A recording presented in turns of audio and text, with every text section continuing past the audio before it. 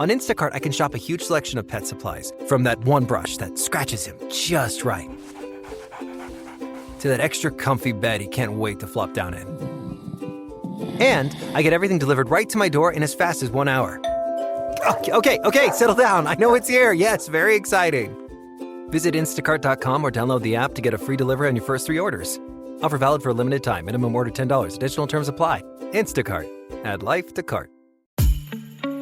Looking to give the gift of pleasure? Add a little high heat to keep the desire burning. Or maybe you just need a little self-care. Come to Lovers for the best lingerie and toys to keep things hot this holiday. Save 20% on your purchase with Lovers Afterglow Rewards. Just mention LOVE20 at one of our 18 Western Washington locations. Offer valid with free Lovers Afterglow Rewards membership until November 30th. Some exclusions apply. What's up? It's your boy, The Ted Smith from The Men's Room. And did you know I have a podcast? Well, I do. The Podcast. New episodes uploaded every Wednesday on the Odyssey app. Unfortunately, what you're about to hear is real.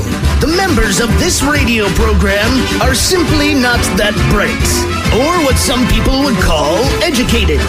They are merely stupid. They're not trying to offend anyone on purpose. And all have played doctors on TV. You have been warned and are cordially invited to join the party. This is the Men's Room. Forget it, man, and get with the countdown. Get with the countdown. Shake this square world and blast off for Kicksville. The trippers, the grasshoppers, the hip ones, all gathered in secrecy and flying high as a kite. This is the Men's Room with Miles and Thrill. You know what they say, shake your radio more than 3 times, and you're playing with it. You're listening to the Men's Room.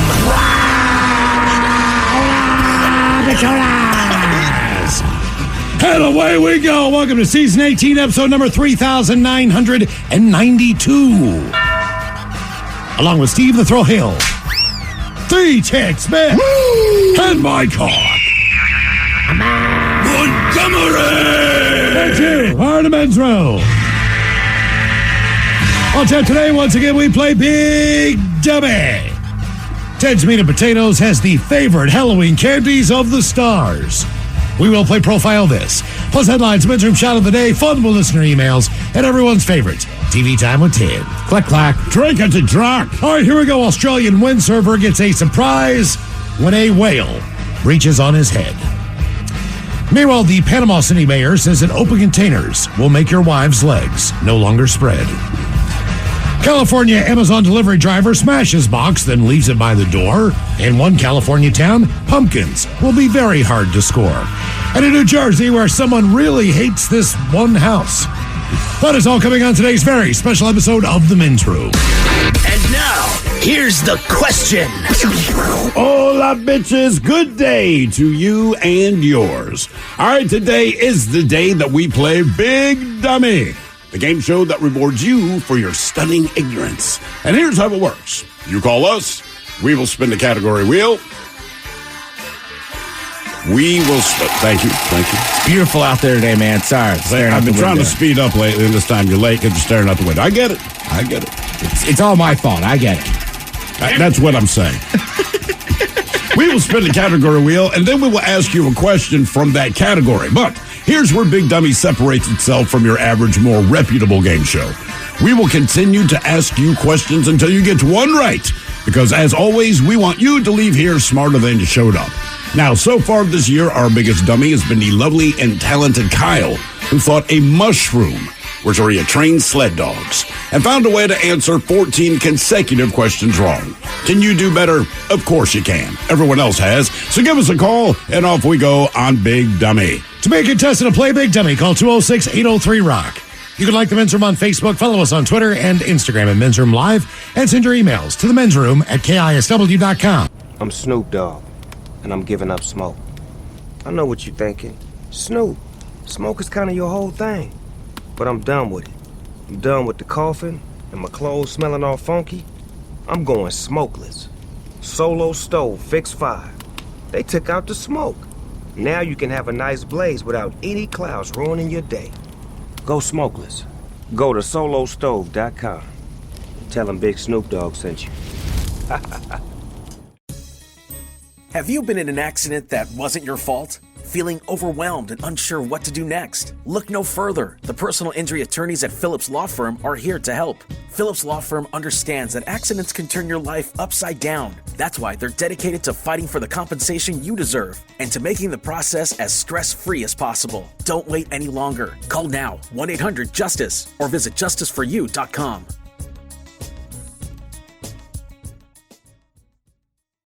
From the very beginning, your kids mean everything to you. That means you do anything for them, especially if they're at risk. So when it comes to type 1 diabetes, screen it like you mean it.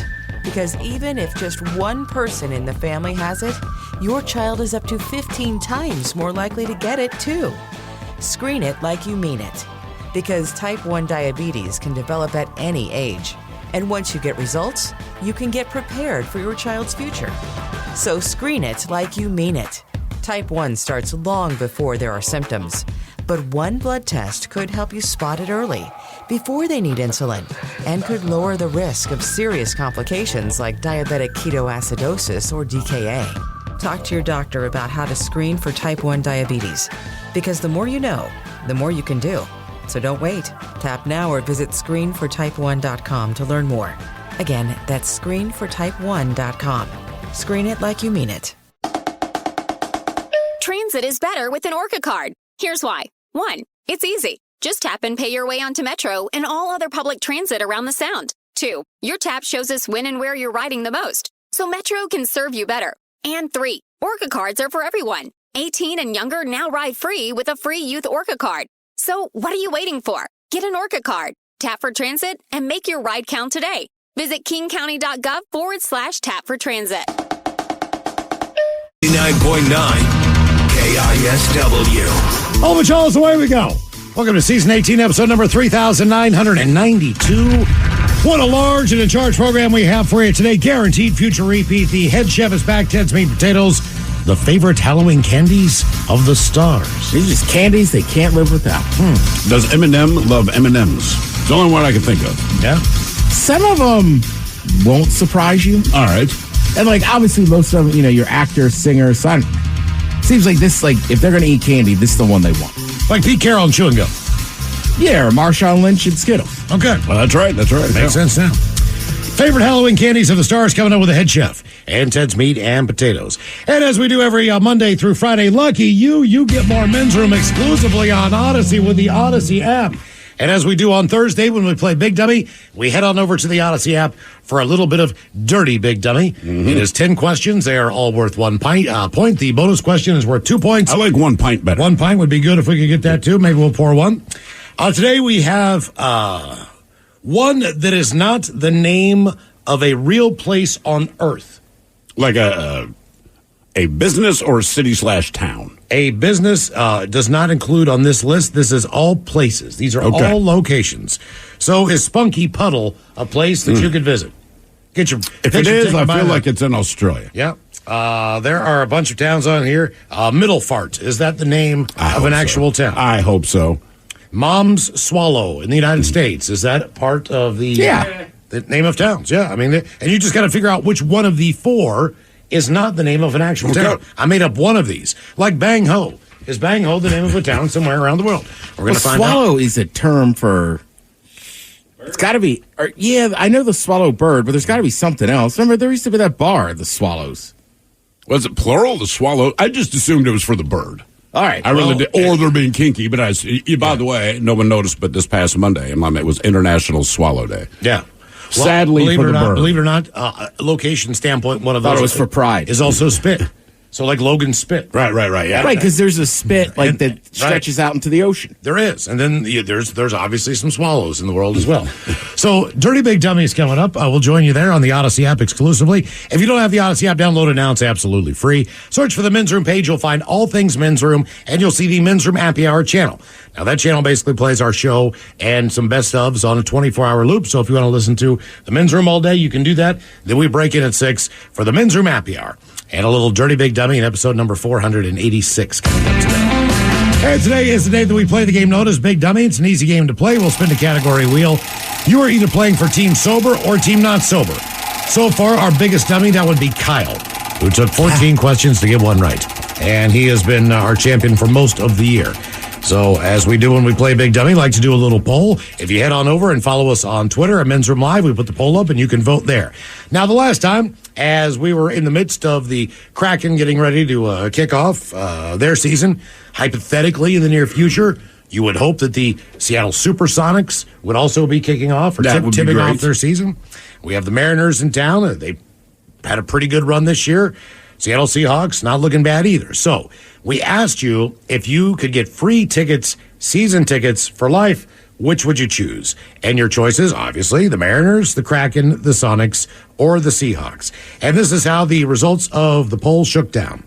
Coming in at fourth place, 14% said, if I could get free tickets for life, it would be the Seattle Supersonics. Okay. Coming in third at 19%, that would be your Seattle Mariners. Kraken did very well on the poll. They got 26% of the vote. Nice. And came in second place. Seahawks, they took this thing by a landslide, 41%. That sounds about right. Which is, to be honest with you, the least amount of tickets of any of the packages that are offered. Right, it's 8, maybe 9. So for the value on all things considered here, I mean, people took the one that they would go to the least amount of times. Yeah. Hypothetically, which is interesting. Mariners, it might Kraken, be because it's Sonics. Easier to meet the obligation. You know, they're also expensive. They are. So, I mean, you might to say give value. You'd have to literally break down like how much are you paying. You know what I mean? And then also, frankly, let's be honest, the NFL's the biggest sport. It is. And I can't make 41. You might give away one pair of tickets or two for the season because you're out of town or you have other obligations, whatever the deal is. Mariners, even if you have season tickets, my money says if you go to 2 games of a 4-game series, you're fine. Right. You don't have to go to every single game. You know, you're not going to. Just the ones you can make. I can go on Thursday night, but Friday night, me and the wife are going out. Maybe I'll get the Saturday noon or whatever the deal is. You can pull that off. Man, I never thought. I know a lot of people that buy packages. Season tickets to a baseball would be like 82 games. That's a commitment, right? Yeah, and Miles is right. Imagine you have 3-game series and then a 4-game series at home. You're going to the ballpark 7 days in a row. But even the Kraken, man, it's still 41 home games. And I might even make 30 of them. But they make it more attainable. So on the weekend, if they want to play at 1 o'clock, that's feasible to get to. When the Mariners play Wednesday at 1 o'clock, yeah, it's not happening. 12:30. You going to take off work every time they play a day game? I mean, I love going to a day game, but the only time I go is on the weekends, and it's typically a Sunday game in the middle of the day. That's the only time I've ever gone. I still like it when they used to call them the businessman special. Yeah. What's that, the weekday game? Right. Those Wednesday, it's like getaway day for the other team. So you start a game at 1:30, and it's like the businessman has been there since 9 a.m. It's blatantly like he's just leaving work. And I'm not saying that Seattle is not a baseball town, because it definitely is a baseball town. In the last few years, obviously, there's a little bit of more hope than there has been in a while. When we lived in Baltimore, it didn't matter. The Orioles sucked. All the time. They had a couple of good seasons before I got there where they had a couple of potential. It was during the steroid years. They just couldn't beat some of the bigger teams in the division, like the Yankees and the Red Sox at the time, but they did not have a bad ball club. Opening day, the city basically shut down as far as your need to show up at the office of work. Or go to school. Yeah. It was like understood. You're not going to school. Whether you went to the game or not was irrelevant. Your teachers are going to the game. Like everyone on opening day goes to the game. Much like Bernie does it every year with his boys now. My cousin Tom does it. He did it when it was just him. He does it now with his kids. Right. Well, the Mariners typically will play 6, 7 o'clock in the evening. Yeah. On opening night. But in Baltimore, it's during the day. So I did like going to those day games. Yeah, I mean, they basically made it a holiday. Yeah, it really did. Okay, so today on the poll, we're going to head down to Florida. And here is the story. They say it ain't the Olympics, but a group of Floridians plan to host competitions themed according to a collective antic of the beer-loving, gator-possessing, rap sheet-heavy, mullet-wearing social media phenomenon known as Florida Man. And organizers of the Florida Man Games describe the competition as the most insane athletic showdown on earth. The games will poke fun at Florida's reputation for producing strange news involving stories with guns, drugs, booze, reptiles, oftentimes a combination of all four. Among the contests planned for next February's event in St. Augustine, Florida, according to organizers, are the Evading Arrest Obstacle Course, in which contestants jump over fences, through yards, while being chased by real police officers. Okay. Then they have the Category 5 cash grab. Basically, the participants go into a wind-blowing booth, and they turn it on to the strength of a Category 5 hurricane. Your job is to grab as much money as possible within 30 seconds. Okay. All right. I like this. The self-explanatory beer belly sumo wrestling. This is not just a competition. It's a one-of-a-kind Floridian spectacle. Organizers said on the game's website, general admission tickets going for $45. Yes, they will have beer there. Yes, they will have... You don't say. You gotta have to. They will have fortified wine, and yes, they will have spirits. Actually, I don't know that I'd go see any wrestling outside of high school. Mm-hmm. Yes. Right, like real wrestling. Yeah. But if it's wrestling to the title, you better have beer. 2 former stars of the 1990s television show American Gladiators have agreed to serve as referees. All right. Who? They did not say that. Maybe if we go to the Who you hoping, website, Ted? we can find out. Laser. Was Nitro one of the guys? Nitro's one of the guys. I think Laser was the blonde dude. Also, keep in mind, Ted, this is about 30 years after their prime. Yeah.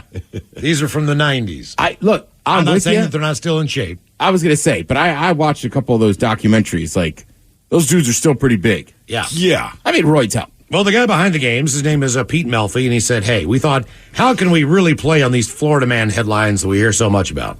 Someone gave me the idea to make it into an athletic competition. It's going to be a wild day of mud games and Florida-style obstacle courses. It's going to be a really good opportunity to live that Florida Man lifestyle, even if it's just for one day. So we took 4 of the... Who wants to live that lifestyle? I think that would be. I mean, if that For was that event, if that would be was great. within a half an hour drive of where I lived, 45 minutes, we get tickets to the radio station. I'm going. Oh, for sure. I'm Absolutely. going. I got to see this. Just from the spectacle of the people watching that's involved, the party that's probably going around these competitions. I think it'd be a pretty fun day because it's all original stuff. It is. It is. I So, like these ideas. I'll give you the. Basically, today on the poll, you are just going to pick the event that you think that you could do the best in, presumably, because you would enter in these events if you wanted to be part of the competition. So there's a bunch of different events we picked for. Good call, Thrill. It is Dan Nitro Clark. All right. And Lori Ice Fitzpatrick. All right. Or Okay. Fitrick. For trick? Yeah, I put letters in there. It's not Fitzpatrick. Okay. That's better than for trick. For trick. Yeah. She still looks great. Hell, they both look great. Let me look. I'm not lying, right? Like, he's a good-looking dude. She's a hot chick. Yeah. Okay. Yeah. All right. Yeah. Here is your first. Here's your first contest that you can enter. That would be the pool noodle mud duel. You're going to test your strength inside the Florida Man Games Coliseum. Basically, what it is it's one of those blue above ground pools that we all know and love, completely filled with mud. There are 2x6s that go across the middle of the top of the pool. Okay. So 2x6, we know what that is. The contestants will be wearing drunk goggles, and they will fight each other with a pool noodle until one falls off into the pool of mud. Okay. That person moves on to take on the next opponent. All right, the beer goggles help. Based on balance, based on a lot of things. The pool noodle is not necessarily going to knock you over, but if you happen to lose your balance a little bit. Which you will, yeah. On a 2x6, good luck. Now, next up. The evading arrest obstacle course. You're going to jump over fences, run through actual backyards that are beside the property, and away from actual police officers trying to earn your own freedom. So if you think that you have the agility to run through a backyard, jump over fences and other obstacle courses while being chased by actual cops, this is the competition you want to be in. That's the competition I'm taking. Now, look, I'm definitely out of shape as things go, but I've done that before on multiple occasions. So I feel like. But you were a lot younger and a lot more agile. I was, but still being black, there's cops chasing me. I'm telling you, it'll come right back. I mean, you think you can do a cartwheel now. Try one. They're very, just basic stuff that you could do as a kid. It's a little bit harder. Your third competition, that would be the mullet contest. As they say, Florida is well known for being the home of the most outrageous mullet cuts on the planet. Watch and just pick the winners. They will be everywhere. They say that they believe there'll be over 30 different mullet styles in the mullet contest. Okay. All ages, by the way, as far as the It's Florida. It needs to be. And next up is Beer Belly Florida Sumo. Now think about a sumo match and how that works. Basically, you have two contestants that square off. The goal is to push your contestant outside of the ring. Yeah. Yes, correct. And they're lined up. So once you get someone out, I don't know if they do that by a point basis, depending on how it is, or once you're out, it's over. Either way, it is the Beer Belly Florida Sumo. You dive into the beer belly ring, with a beast is you try to blast your opponent out of the ring with your beer belly. Your hands must be behind your back at all times. Huh, okay. So it's beer belly only. You just get up on someone and you try to push them out with your big ass gut and your legs. So those are the contests that you will be trying to enter in the Florida Man game. So there's our men's room pool. Will you do the pool noodle mud duel, evading arrest obstacle course, the mullet contest, or the beer belly sumo? All right, the game is Big Dummy, 206-803 Rock. Steve, who is our first contestant ready to play the big game? Hello, Chris. Welcome to the men's room. Hola. Hola. Chris, welcome to the show. Are you sober or not sober?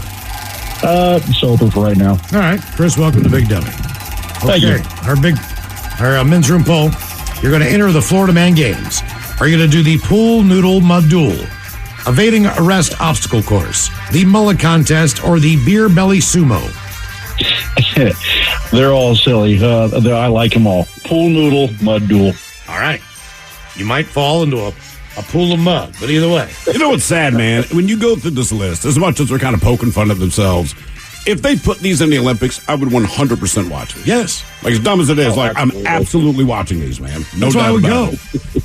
it. All right, Chris, here is your question. Why is the Red Sea called the Red Sea?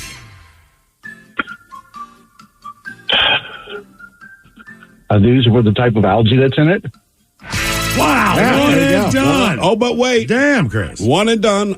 We give you a true or false question that our very own D. Ted Smith comes up with. And we know one thing about Ted. Loves his Pixar movies. So today, I do. Ted has given us the Pixar character true or false questions. Are you ready? I am. All right. This is your question. Lightning McQueen from the Cars movie franchise faced several sexual harassment accusations because he kept screaming, "I'm a muffler diver."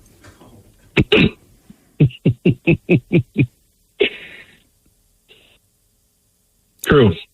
Damn right Very it good. is. Very good. Yeah, still pending. Still pending.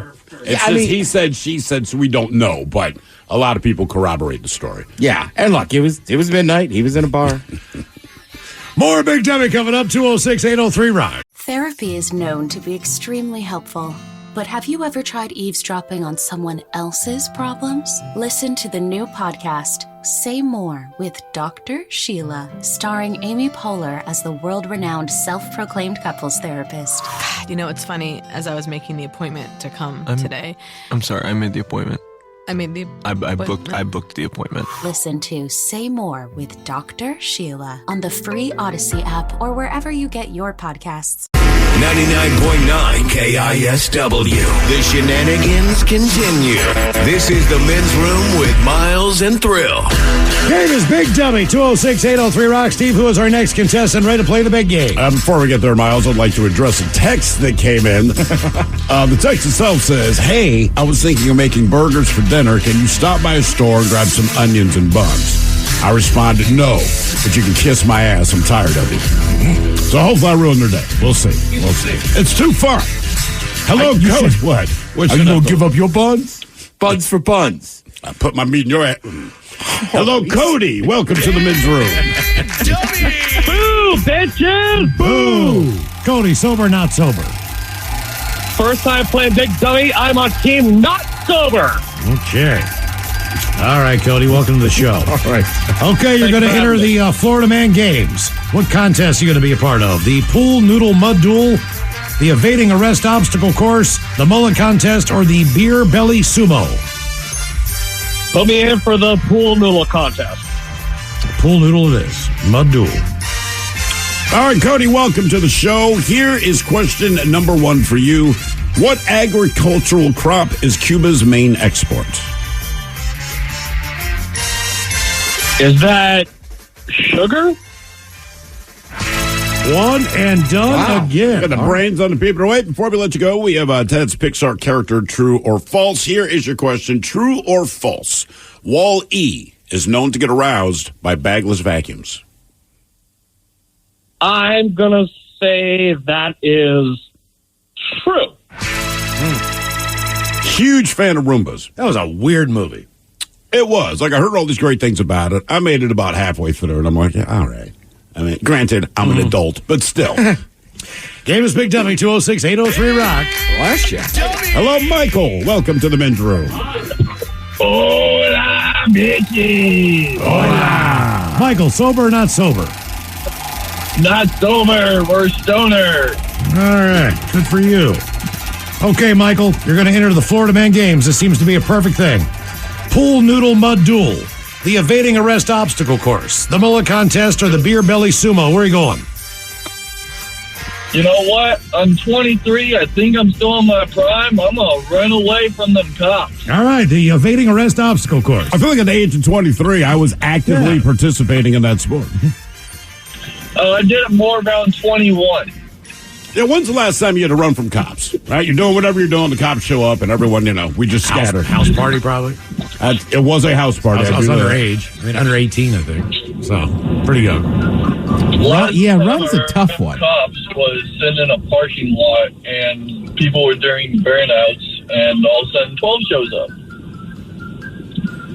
So did you drive away or run away? I was not a driver. My buddy dipped out, and we met up about 2 miles down the road. Yeah, sooner or later go. Every man for themselves. We'll find each other later. We'll see you later. Yep.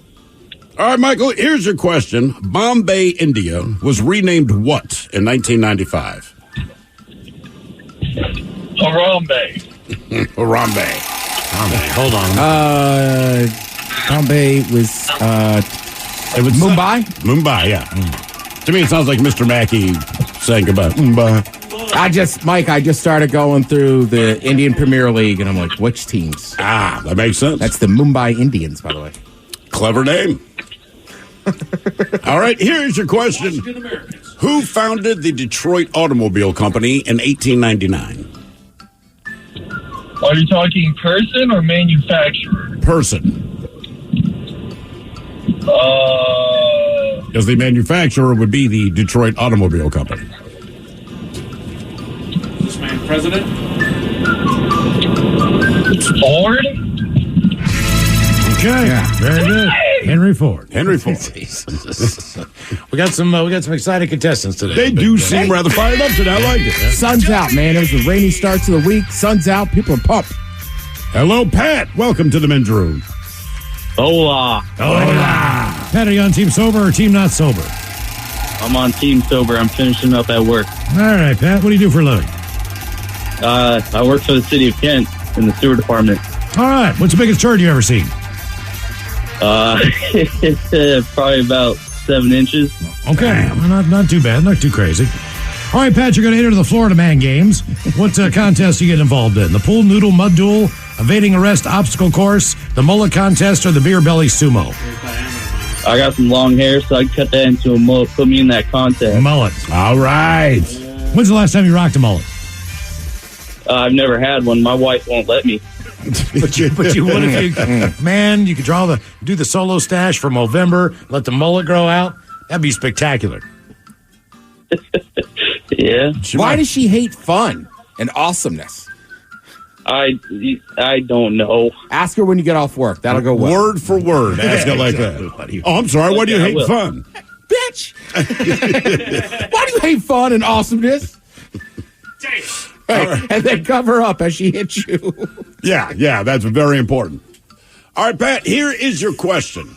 The Cowsill family was the real-life inspiration for what TV family?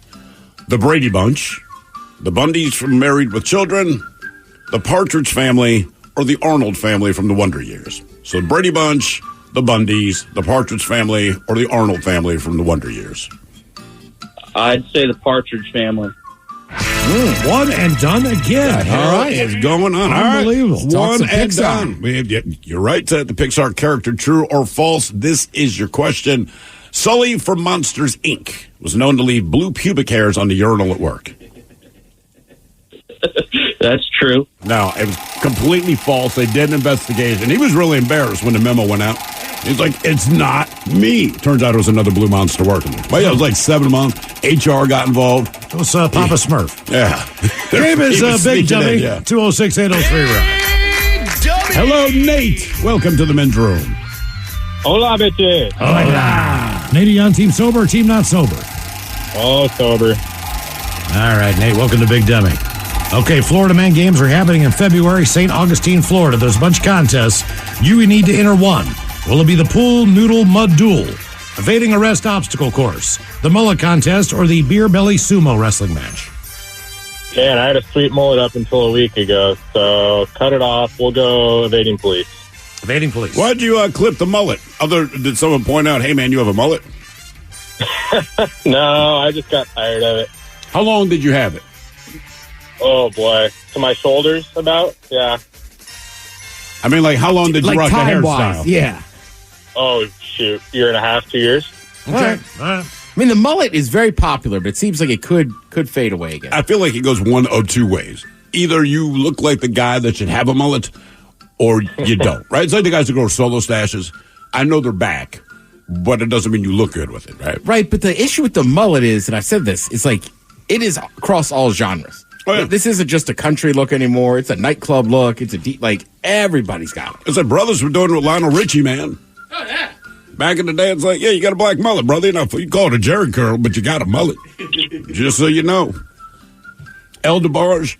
Yeah. Come on, man. You can tell me that brother was not rocking. Lionel Richie had like 2 good years where he had a mullet. Like, I just wanted to call. I was trying to think. The whole like DeBarge family. Yeah, they had brother mullets. Yeah, all right. But what would you call it? Like a jerry curl? It's a mullet. A mullet. They call it a jerry curl. I'm like, right. Now, you can get a jerry curl, but it doesn't have to be a mullet. So they got a jerry curl, but still decided to make it a mullet. But I don't think they would have called it a mullet, but it's a mullet. You blow it. A mullet. I blow it. All right, Nate, here's your question. Who is the only president of the Confederate States of America? Oh, boy. Abraham Lincoln. He was on the good so side. close. Was it Stonewall Jefferson, Jackson? Nope. Jefferson Davis. Jefferson Davis. Yeah. Wasn't that the name of, like, Boss Hogg's twin brother or something on Dukes of Hazzard? It shocked I think it immediately. was, man. I think it was like Jefferson Davis Hogg or something like that. There's a famous book about a kid that joins the Union Army, and it's funny. I think his name is Jefferson Davis Bussy or something. I read sure it he once when loved I was a that. kid. Yeah. Strange. Yeah, I got to remember that book. Was he the first guy to have his name ruined? Okay, guys, I've heard the jokes. Okay. Well, and remember, in the Civil War, there legit was families where they were like, hey. Literally fighting against each other. Yeah, or as Miles would know, the Hatfield and McCoys, it's because one of those families was on the north, one was on the south, and the Southerners didn't exactly give up after the Appomattox. Mm-hmm. You can say the war's over. Some folks are still fighting. There's also a stolen pig involved. Yes. Yeah. You know, when I was a kid, because kids take things literally, one of the things they always said about the Civil War was, man, it was brother fighting brother. And I'd always look at my brother like, I can't believe that. Like we'd have to kill each other. I didn't quite get the metaphor. All right. Here is your question. My brother lives in Virginia now, so I guess I'd have to kill him. Yeah, gotta kill him. Gotta do it. Sorry, Chris. All right, your question. Alyssa Milano, Holly Marie Combs, and Shannon Doherty were the 3 main leads on what TV show? Mm-hmm. Ooh, my sisters used to watch that. Oh, my God. I'd watch it with the volume down. Yeah. I'm sure. Oh, shoot, I don't know. Is that Beverly Hills? Charmed. No. Charmed. Oh, Charmed. That's right. You guess what? Charlie's Angels one? Yeah. I mean, you're not wrong. Just Google it and look at the cover of the 3 of them on it. I mean, it's legendary. It's great. God, man, Alyssa Milano. Mm-hmm. Still to this day. All right, your question. Oh, yeah. Yeah. That's what I'm saying. Those are 3 very... That's why as soon as Thrill started the question, I was like, Charmed. Yep. All right, your question. What internet awards are given posthumously unless the recipient is sterile? Oh, goodness gracious. I don't know. Oh, Etsy? No, not Etsy. Oh. Webby? Darwin? The Darwin Awards. Why would they give them if the person's sterile? Because that means you're not going to reproduce. You get a Darwin Award because you did something so stupid. Oh, 9 times out of 10, somebody died doing something stupid. But if you're alive and sterile, you cannot pass those genes on. Your bad decision-making genes, they still give it to you. By the way, somebody here let me know, Jefferson Davis, that is Boss Hogg's name. So it wasn't his brother. He is Jefferson Davis Hogg. Thank you. It's almost like that show had a little bit of a racist tone. Do you think so? Do you think so, Ted? Did it feel that way, Ted? I just was always jealous of the amount of food he got to eat. That's all he did. I know. At the Boar's Nest. Boar's That was the name. He owned a restaurant, like a little roadhouse restaurant called the Boar's Nest, and every time they went to him, he's in there eating. All right, your question: which candy bar was named after the inventor's horse? Butterfinger. No, that was named after the horse's back. Snickers. Snickers. That sounds like the name of a horse. Really? Snickers, the horse? Oh, yeah. Snickers. Question number 5, Nate. Snickers. Yeah, that's definitely a horse name. Really? I feel like that's a cat name. Like someone would name their cat Snickers because it's stupid and we always give cats dumb names, right? Yeah, but Snickers is probably the most physically, tough and beefy of the candy bars. Yeah. Right. I just don't feel horse, man. I'm sorry. I don't feel horse. Well, listen, Mike's from Enumclaw. If he says it's a horse name, it's a horse name. I'm with Nate. I would go Butterfinger. All right, Nate, here's your question. What was Franklin D. Roosevelt's middle name? Delano. Delano, but either way. Damn. Okay, nice job. Nice Delano. job. This is Delano. But I mean, it's Delano, but yeah, Delano. Delano. Was he Italian? Hey, I'm going to guess German with Roosevelt as a last name. Hey. Game is Big Dummy 206-803 Rock. Hello, Brandon. Welcome to the men's room. Hello, Brandon. Goodbye, Brandon. Oh, guess who it is, Ted? James. James, are you sober or not sober? Hola. Oh, I am not sober today. I got off work early. All right. Oh, boy, James. This is the first time we ever heard you not sober. What does the beer guy drink? What is his choice of beverage? I had a couple shots of flavored whiskey, and I'm working on some hard cider. All right. I love that it's just not beer. I'd had plenty. What flavored whiskey? I had some Rebel Stokes butter pecan whiskey. Ooh, that doesn't sound bad at all. I'll put that on pancakes. All right, James, you're going to enter the Florida Man Games. What competition are you going to be part of? The pool noodle mud duel, the evading arrest obstacle course, the mullet contest, or the beer belly sumo? With my shape and form, I'm going to go with the beer belly sumo. All right. How much you weigh? Right at 400. Oh, you're going to kill it. But it's Florida. There's going to be somebody there that's going to take you out, but you should have a good run. Guaranteed. Sorry, James. That's big number. I just wasn't expecting that. Yeah, 400 is definitely that. You're going to be like 250. I got you. Yeah, I was thinking 270. That was my guess. But he's 5'4". Yeah. How tall are you? I'm 6'1". All right. Okay. Big man. Man, 400. Let's get it. Is that the biggest you've been? Yeah. Okay. All right, here is your question. What was the Police's biggest selling single? The Police. The Popos. The Police's biggest single? Yes, their biggest selling single. It was number one for Roxanne? almost 50 weeks. What was your guess? Roxanne?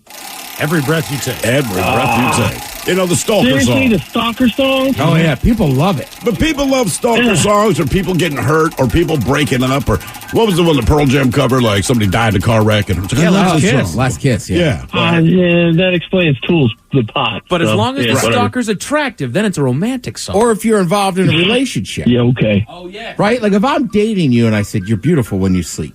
Nice. Romantic. If we're not, and I said, you're beautiful when you sleep. Stalking. That's a stalker.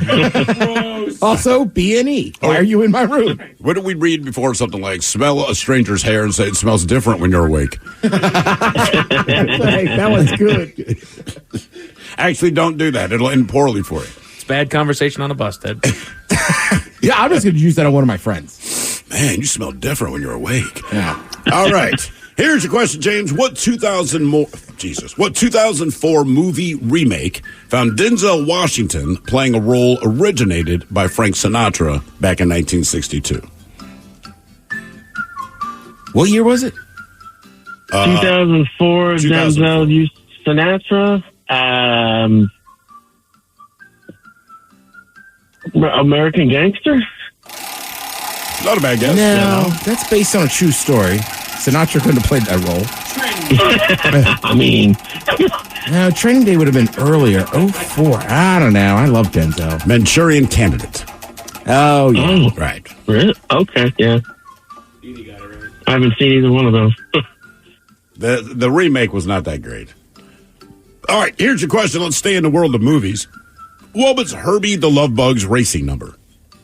Oh, man. 69. What was Trying to No, call me it the wasn't. Love Bug.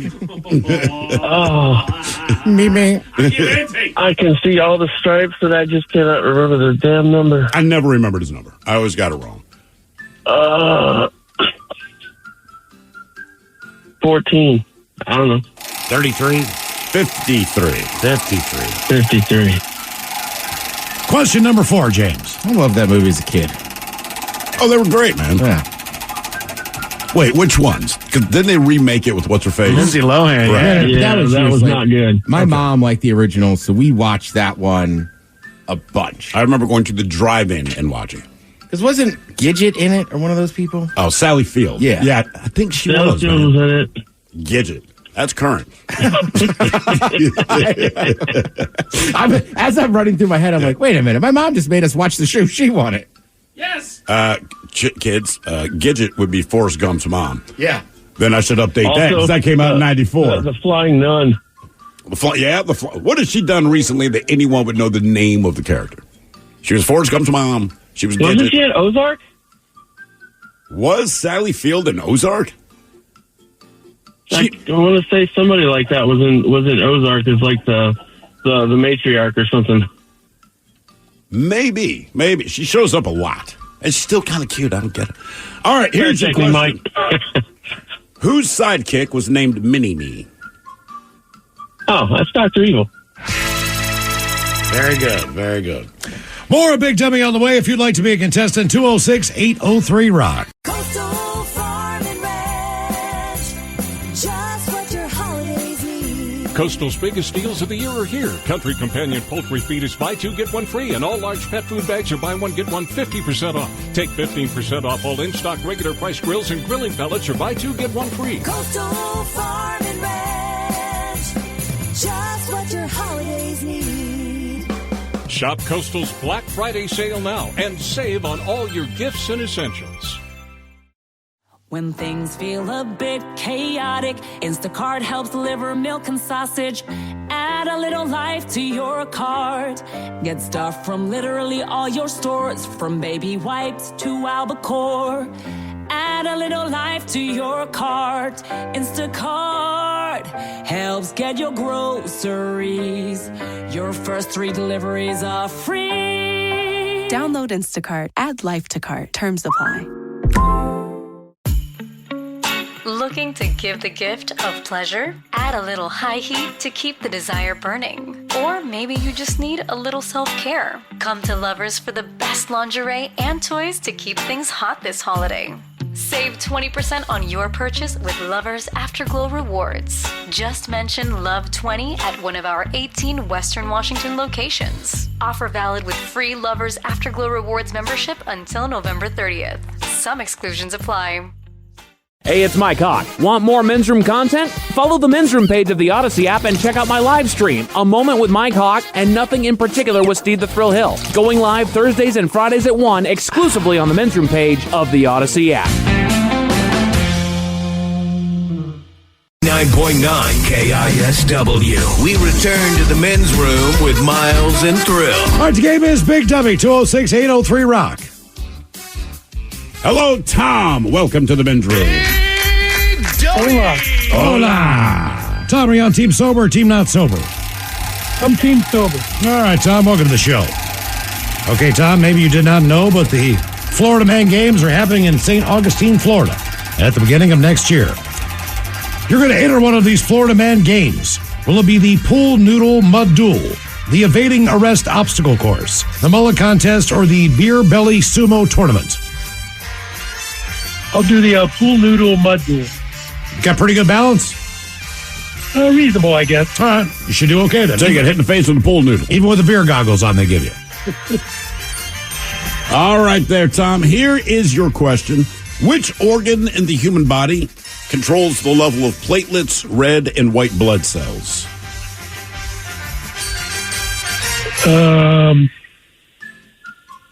Oh, man, I don't know. The pancreas? Kidney? Nope. Liver? Nope. Gallbladder? Nope. Wait a minute. For whatever reason, it seems like it gets the least love among organs. Like no one ever brings it up. Your appendix? Spleen. Oh, your spleen. Oh, yeah, you only hear about them when they bust. That's what I'm or saying. get broken. Your spleen's doing all this hard work, man, making sure you're okay. Like, never comes up.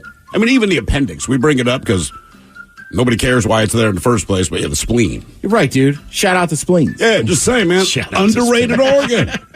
Should have like National Spleen Day. All right, here's your question. The theme song from which TV show made it to number 9 on the Billboard charts in 1986? Was it the Flintstones, the Jetsons, Scooby-Doo, or Teenage Mutant Ninja Turtles? The theme song from this show made it to number 9. I would say Teenage Mutant Ninja Turtles. See, that would make the most sense to me. What but were the it other? wasn't. Flintstones? The Jetsons. The Jetsons. Made it to number 9 yeah. on the Billboard. That was my thought. All right, your question, Tom. What quarterback won the most NFL MVPs? I would say Tom Brady. Joe Montana? Nope. Is it Aaron Rodgers? Nope.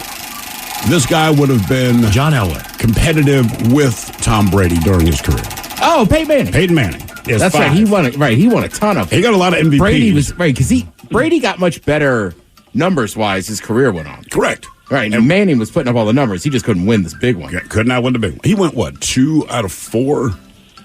He went to, what, 2 with the Colts, 2 with the Broncos? Or is he... He has 2 Super Bowls. Did he lose I can't once or remember. twice? He lost. They lost so many. I feel like they lost a lot of championship games to the Pats. Yeah, they did do that. Then they got to the Super Bowl where the Hawks whipped their ass when he was on Denver. I know he won one with the Colts when it was raining. Because he beat the Bears, I believe it was. Yeah. I think he has 2. Pretty sure. All right, here's your question. What is the flattest continent? The flattest continent. Antarctica. Australia. Australia. Question number 4. Question number 4. Which adult animal has the fewest teeth? Dog, cat, or human? I would say cat. Cats, huh? Believe it or not, they're all sharp and made of nasty, but cats have 30 teeth as an adult. Humans, we should have 32, unless you do meth. And dogs have 42. Now you know. Unless it's a collie, and they've got like 95. The game is Big W 206-803 Rock. Hello, Sam. Welcome to the men's room. Hola, bitches. Hola. Sam, are you on team sober or team not sober? Not sober. All right, Sam, what are you doing over there? Just having a Miller Lite. All right. Oh, nice. Tall boy? Of course. Why is it, Ted, you're the expert, if you get a 12-pack of Miller Lite Tall Boys, they're the same price as a 12-pack of regular Miller Lights? I mean, look, I call it the Texas 12-pack. Yeah, but it's like 100 cigarettes. But 100 cigarettes taste different than normal cigarettes. But Miller Lite still tastes the same. like Miller Lite. I mean, they should be different prices. I don't know. The problem is, I feel like corner stores, you can only get that 12-pack of 16s. Yeah. But like if you go to the grocery store, you can get like a case of regular ones. Yep. Corner stores know what they're up to. All right, Sam, you're going to enter the Florida Man Games on our men's room poll. What are you doing? The pool noodle mud duel, the evading arrest obstacle course, the mullet contest, or the beer belly sumo competition? I'm pretty evasive, so I'll go for the Florida evading. Evading. Okay, you're kind of nimble. Somewhat. All right. Well, you better be. Actual police officers will chase the contestants. Everyone gets more nimble when the cops are chasing them. That's the thing. That's I know my true belief is that people get a lot more nimble. And I'm with you when people are like, well, I'm not my prime. It's like, right, but you're not putting in fear and adrenaline. That is the toughest part of this. Like, I know these cops are chasing me as a competition for the game, as where if I feel that I'm going to actually be arrested, I'm going to do a lot better. Yeah. Maybe if they release an actual police dog, people get real number real quick. Yeah. On that note, Ted, we put you in one of those protective attack dog outfits. I do it. You do it? And let the police dog attack me? Whatever it is, yeah. Oh, I do it in a second. Yeah. Glove, let's go. I want the whole suit. No, you want the suit, I want that German bro. Shepherd to get me. Because you need to make sure that you can wear the glove, but like, does the dog know to go for the glove? Right? You know what I'm saying? So I want the full suit. You think they let you have a little fun first? What is a little fun?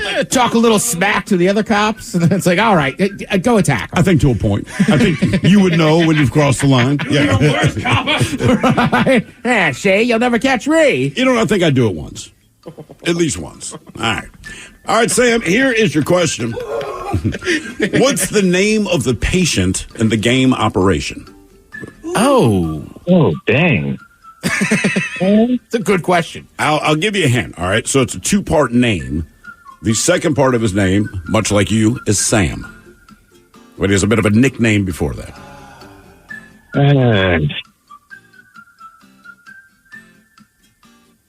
I don't know. Toucan? Toucan Sam. That's not a bad guess. Well, that changed that game a lot, wouldn't it? Larry. Nope. It's actually, no one would ever want this nickname, and I've never met anyone with, actually, I'm thinking back to people that should have it. Cavity Sam. Cavity Sam. Cavity Sam, yeah. I like her. Yes, depending who it is. All right. Your question, multiple choice. The internet, artificial intelligence, robotics, or NFTs. Saint Isidore of Seville is the patron saint of what? So the internet, AI, robotics, or NFTs. Who was it? Saint Isidore of Seville. I'm sure that Figaro. I don't know. NFT. I have no idea. Internet. Yeah. There's a patron saint of the internet. I mean, look, growing up Catholic, there's a patron saint for everything. Everything. Can't find my keys. Pray to St. Anthony already. So how do you name one? Because the internet came around in all of our lifetime. Yeah. It's like, who gets named that patron saint? I don't know how it works. You know what I mean? Because usually you can go back and say, okay, this person had something to do with. I think the Vatican was like, okay, this internet thing's getting big. Somebody's got to be in charge of this ish. Maybe it was. That's a good question. And I don't know, but I just know growing up, there was a bunch of them. I think some of it's like biblical. Sure. Like what they did specifically. Right. And that's why it connects to why they're the patron saint. But Mike's right with the internet, like fairly new, all things being equal. All right, here's your question. Where in your body is the epiglottis?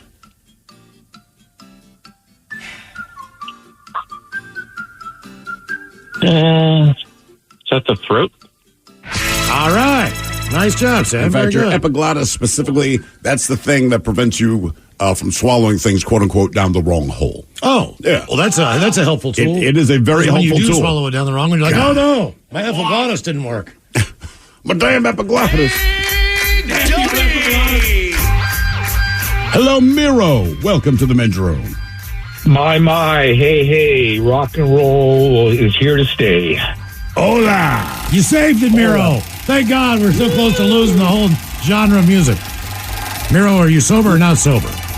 I am sober. All right, welcome to Big Dummy. Okay, Miro, you're going to enter the Florida Man Games. What competition are you going to do? The pool noodle mud duel, the evading arrest obstacle course, the mullet contest, or the beer belly sumo? I'll go for the pool noodle mud duel. Sounds like a good one. People seem to be loving that one. I would be the one I would do. Really? Yeah. I think I'm with Miles on this. Really? Yeah. I'd like to also fall into a pool of mud if I could. I think that'd be pretty fun. I think, though, they'll be nice enough to hose us off afterwards. Sure. No, they refuse. All right. Here's your question. What state is the densest state in the United States with 1,263 people per square mile? Delaware? That's not a bad terrible guess. guess. Connecticut. I mean, you guys are in the right area. Rhode Island. Nope. Massachusetts. New Jersey. New Jersey. Hey.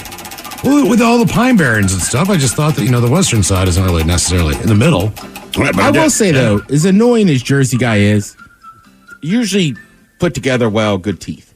Oh, for sure. They're going to look good. Great hair. Definitely That's what I'm look saying, yeah. Annoying, maybe on steroids, drunk on Red Bull, but well put together. Well put together, yes. Red Bull vodkas, whatever. Really? And in case you're wondering, Alaska would be the least popular, least densely popular. Yeah. All right, here's a question. What is the capital of Illinois? Let's see, before I answer that, I want to mention that I'm going to be open micing again at the Wits End on Finney Ridge there today at 8 o'clock. Don't know what I'll be doing though yet. That's the thing about open mic. What, by the way, what is the rough address of the? It says Wits End. I know Finney Ridge, but I don't, what block am I looking at? What is it close to? It's the 65th and Finney is the cross street. Okay. On the east side of the street. Okay, and that's karaoke, right? No, open mic. Oh, open mic. Okay, I think very they're cool. singing. Oh, you're still. I don't know yet. I'm known as No Repeat Miro because I don't do the same song twice ever at the same location. At the Hidden Door just last week, I ended up doing 340 different songs there in the past year and a half. Now, are people happy to hear you sing, or is it just like, oh God, here he goes again? Yeah, I do get a lot of compliments, especially when I do my Neil Young tunes. Have you ever gotten laid? Oh, hell yeah! As a result of karaoke. Oh no, I don't do. I've only done karaoke 4 times. It's open mics that's my forte. So it's an open mic. You go up and sing a cover. Yeah, and I with my acoustic guitar. My gotcha. Okay, right. Open mic, not karaoke. My bad. So what is the capital of Illinois? I will guess Springfield.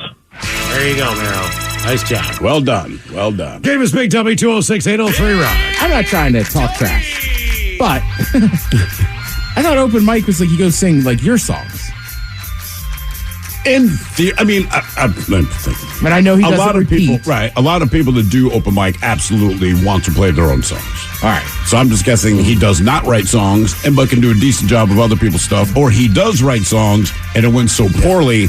He's better off doing songs people know. But much like going to a show or a concert, no one wants to hear a song they don't know. I know, that's the problem, right? It's open mic night. Okay, that sounds great, but I don't care. That's what I get up here. heard in a while. Was actually in that same neighborhood. Maybe it was him. Somebody was out front of like one of the local stores. Yeah. Busking, like singing. Sure. And as I walked by, I heard this guy go, "I'm going to give you some money, man. That was a good song." And the guy was like, "Yeah, it's an Eddie Vedder cover." Right. Sorry, man. Hello, Matthew. Welcome to the men's room. Hola.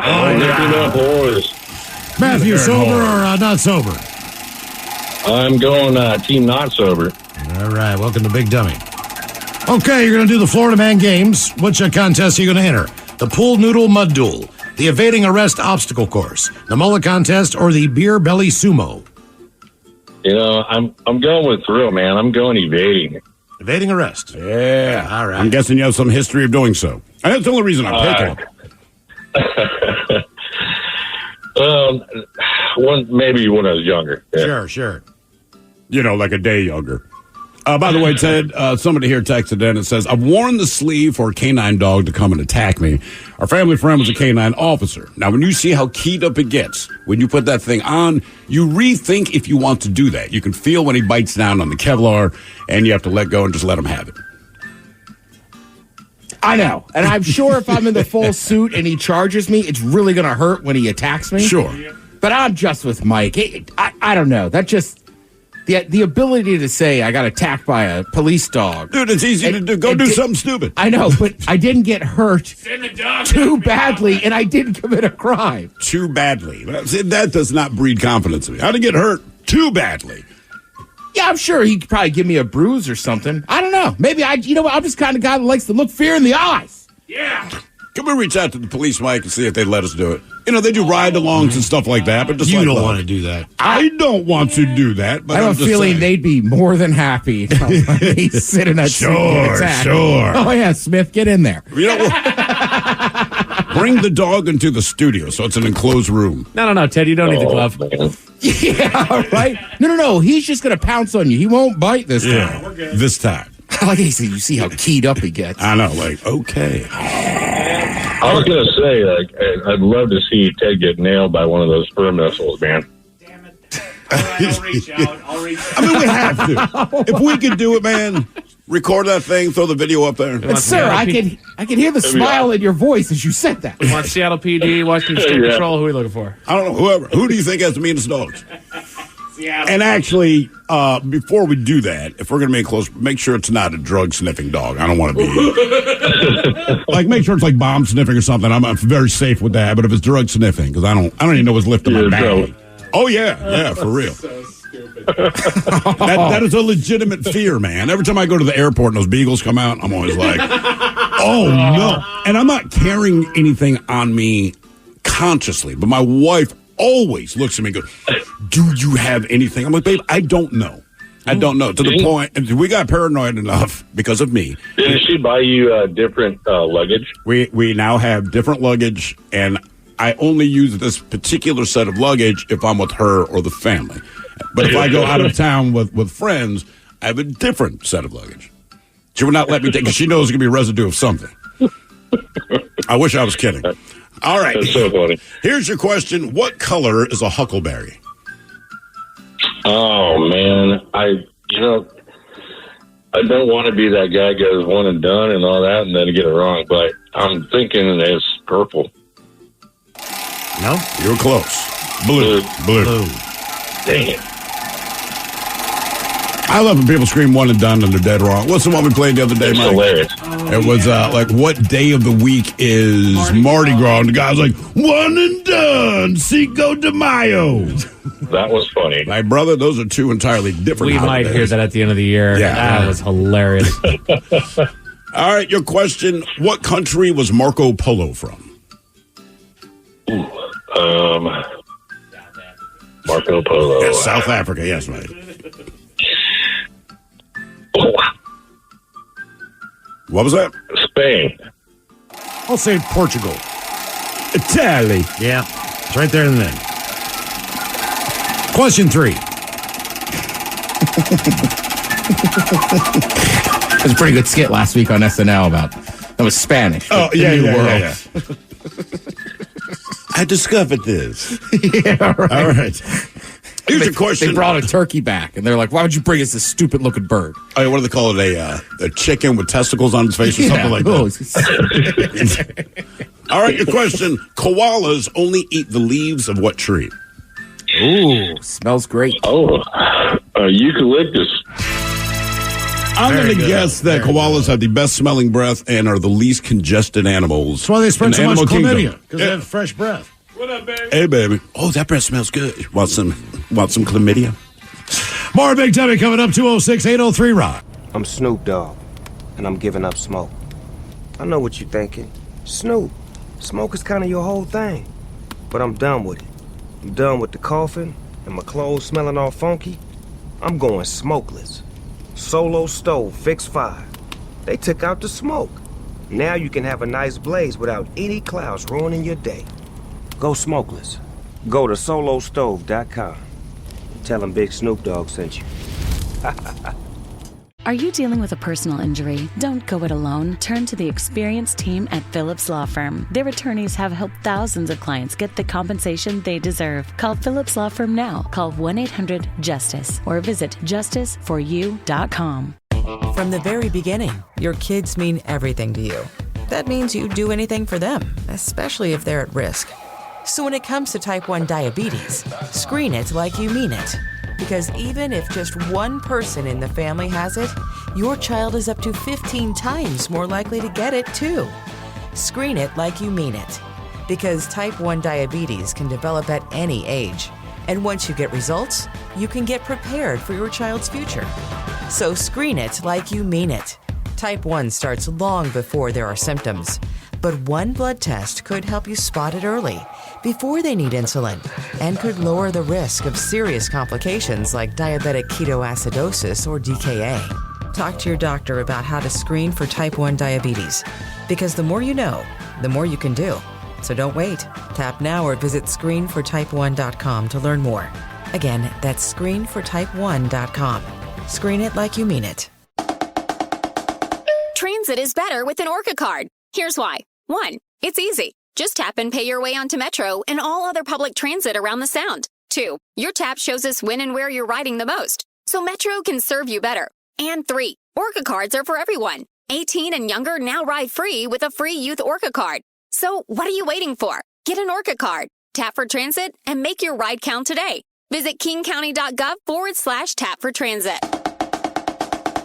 99.9 KISW. The Men's Room returns with Miles and Thrill. Favorite Halloween candies of the stars coming up with the head chef and Ted's meat and potatoes right after the game known as Big Dummy. 206-803-ROCK. Hello, Matt. Welcome to the men's room. Liquor and whores. Liquor and whores. Matty on Team Sober or Team Not Sober? Team Not Sober. All right, Matt, welcome to Big Dummy. Thank you. Our men's room pool, you're going to enter a Florida Man Games contest. Are you doing the pool noodle mud duel, the evading arrest obstacle course, the mullet contest, or beer belly sumo wrestling? We'll do the evading arrest obstacle course. Okay. Feeling kind of nimble? Okay. Yeah, sometimes. All right. Like when the cops are chasing you. Yeah, right. Exactly. All right, here's your question. Other than your mother, what is the largest animal to ever live? Wow, that's a great question. Well, thank you. Other than what? I said other than his mother, what is the largest animal? Thank you for having me repeat that, Ted. Yep.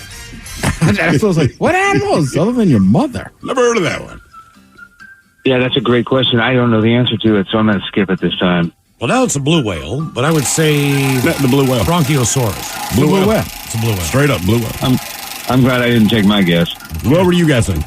Oh, giraffe or something silly like that. No, the blue whale. Got to be. What did we find out, Mike, that they said the blue whale's heart is so big that a small child could swim through the veins and arteries? Yeah. Think about that. I also just love they dive so deep. It's like, we don't really know what they're doing. Well, it's the whole thing. Yeah. Have they ever tagged one? I mean, I guess you could. But at some point, you think the pressure would probably break the... Right, that's the issue. Just like, they go down so far and are down there for so long. It's like, we don't know. You know what that tells me? That is where they party. Yeah. Let's go on the deep dive. Blue whales, known for party. And there's aliens down there. And aliens. They party with aliens, man. No, I don't Zarek is back. What's up? All right, Matt, here's your question. How many merit badges does a Boy Scout need to become an Eagle Scout? Oh, Mike knows. Damn right. Mike, what's the answer?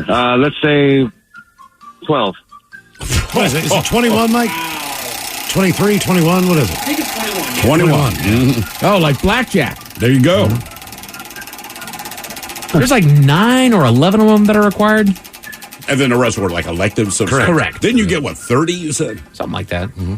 I still got to dig that damn thing up. I had 27. Do you still have like your, I don't know, whatever? I do. We keep talking. You know what? I'm going back to my old man's place this weekend. Take so maybe a picture I'll have of it or bring it in. Yeah, You should at least pose in a picture, you know? Damn right. Just saying. You earned it. All right, your question. How many ghosts are there in Pac-Man? 4. There we go. All right, can you name them? Oh, me? Yeah. Mm-hmm. Inky, Blinky, Pinky, and Clyde. That's correct. Why Clyde? Everyone's name around there. He was the last one. He was always slow. Oh, let's see here. Hello, Dio. Welcome to the men's room. Hola, amigas. Hola. Dio, ride the tiger. Are you sober or not sober? Oh, definitely not sober. Okay, Dio, welcome to Big Dummy. All right, you're going to enter the Florida Man That's Games. with an E now. That's a disclaimer with an E now. You guys got to remember that. That's Dio with an E. Dio, we don't really care, to be honest with you.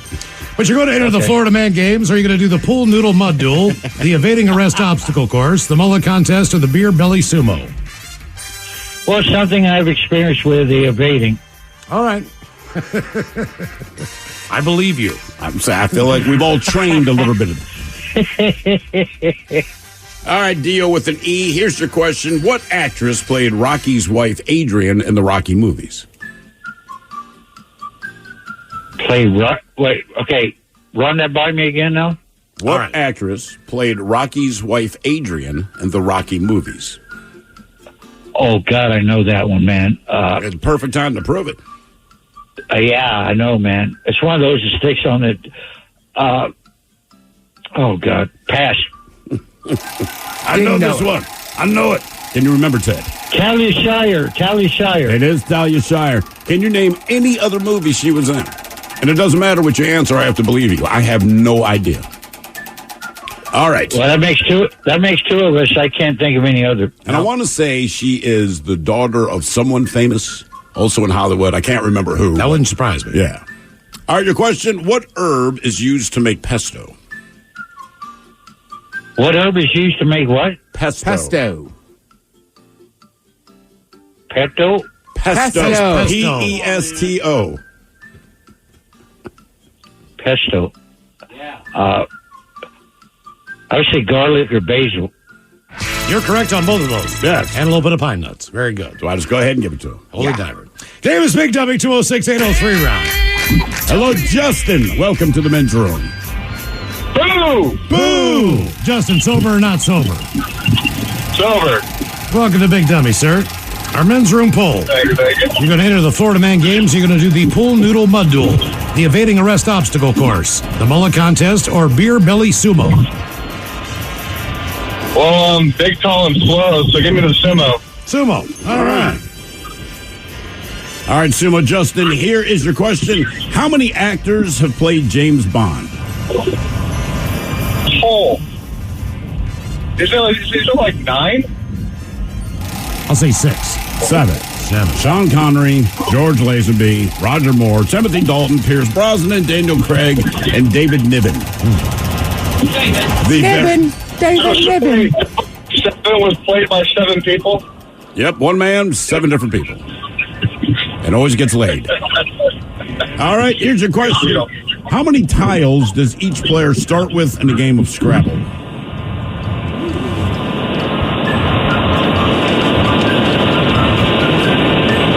Show us 7. One and done. Nice 7. work. Well, it was 2 and done. 2 and done. Yeah, it was 2 and But it done. still sounds good. Is as far back to the Bond question, and as far as franchises go, is that the franchise that has the most different people who played the same role? Does Batman compete with that? No. In other words, Well, are we including the Batman TV show? I think we're including anyone who played Batman. You have, Adam West. Right. And there was like Michael 2 iterations Keaton before that, wasn't there? on TV, Batman? Yeah. I feel like Adam West was the first mainstream, but I feel like they keep showing 2 other black and white shows that were a Batman show. Maybe. Adam West, yeah. He's the only one I Adam remember. West, Michael Keaton, George Clooney, Val Kilmer, Christian Bale, Ben Affleck, and Robert Pattinson. That's 7 right there. So, yeah. So Batman might have James Bond, but at least Batman wears a mask. You know, James Bond, like, you're not the James Bond I saw last Not time. when you're Bruce Wayne. Not my James Bond. Okay, good point. Good point. Game is Big Dummy 206-803 round. Because then it's just weird. And by the way, Talia Shire, Ted, who played Adrian, Rocky's wife, said name another movie she was in. Godfather. Oh, yeah. That adds up. She's a typecast a little bit. To say A the least. little bit. There's a whole lot of A around her. Hello. Oh, damn it. Hello, Alex. Welcome to the men's room. Hola. Alex, sober or not sober? Yeah, not sober. All right, Alex, welcome to Big Dummy. Okay, the Florida Man Games, our men's room poll. Which contest are you entering? The pool noodle mud duel, the evading arrest obstacle course, the mullet contest, or beer belly sumo wrestling? If I have time to grow it, we'll do the mullet. Mullet. Right. By the way, more Talia Shire trivia. If you ever had Talia Shire trivia questions, you've come to the right show. Like, your dreams have been answered. She's the sister of Francis Ford Coppola, the mother of Jason Schwartzman, and she's the aunt of Nicolas Cage. Wow. So pretty well So connected. she chose to stop getting roles. Yeah, she's probably doing. I'm good. I'm just saying, with that kind of family lineage, it's like, I don't think she had to work a lot. Now, Jason Schwartzman, is that American Pie? See that? No. That's We've Jason done Biggs, this. right? Yes, it's Which Jason one is Biggs. Jason Schwartzman? God, right. He's been in a bunch of movies. I know his name. Because I always confuse him with Jason Biggs. Band, I think. Yep. What's the one where they do? It's a funny movie, and they do Neil Diamond. Neil Diamond. It's like 3 of them that dress up and sing Neil Diamond songs. That's like their thing. I think Schwartzman's in that one. What do you got, Mike? It says that he's known for Saving Mr. Banks, Moonrise Kingdom, the Darjeeling Limited, and Rushmore. Yeah, I don't know who he is. He's one of those dudes. If you saw him, you'd recognize him. But he's in those kind of movies. Okay, all right. Well, his mom was Adrian. All right, here is your question. What were most pennies made of in 1943? Zinc. I'll say bronze. Steel. I've actually got a steel penny, if I'm not mistaken. You really? Yes. Because I took the coin collecting merit badge, and so I collected a handful. And the guy that was doing it with me, he actually gave I believe he gave me a steel one. All right, there you go. Why do meth heads have to steal like copper gutters and stuff? Like, why don't you just use pennies? Man? I mean, it's right there. People just leave. If you drop a penny, people leave it. Hey, man, I just need change, but for real, just pennies. Just pennies. Just pay me in pennies. All right, here is your question. According to legend, Napoleon's troops disfigured what ancient world with a cannon? Wow. No idea. No idea. Is this true or? I've always heard that it's true. No one's disproven it. No, the Sphinx. Oh, the Sphinx. Oh, that's why it's missing its nose. Got your nose. I can't do a French impression. Shoot off the nose. Shoot off your nose. Huh? Yeah. Bubbles, give me my nose back. Oh, come on. Damn. All right, here's your question. Come on. What's the name of the... Stop being silly. Stop being ignorant, Bubbles. I need my nose so I can put it on in court. All right, here's your question. What's the name of the highway that stretches from Prudhoe Bay, Alaska to the tip of Argentina? Let's say on the radio. Sucker, mother, and please keep those words in mind when calling. Now back to the program. The answer, however, would be the Pan American Highway. The Pan American Highway. Oh, Pan Am. Ted. What up? Saving Silverman was the Neil Diamond movie.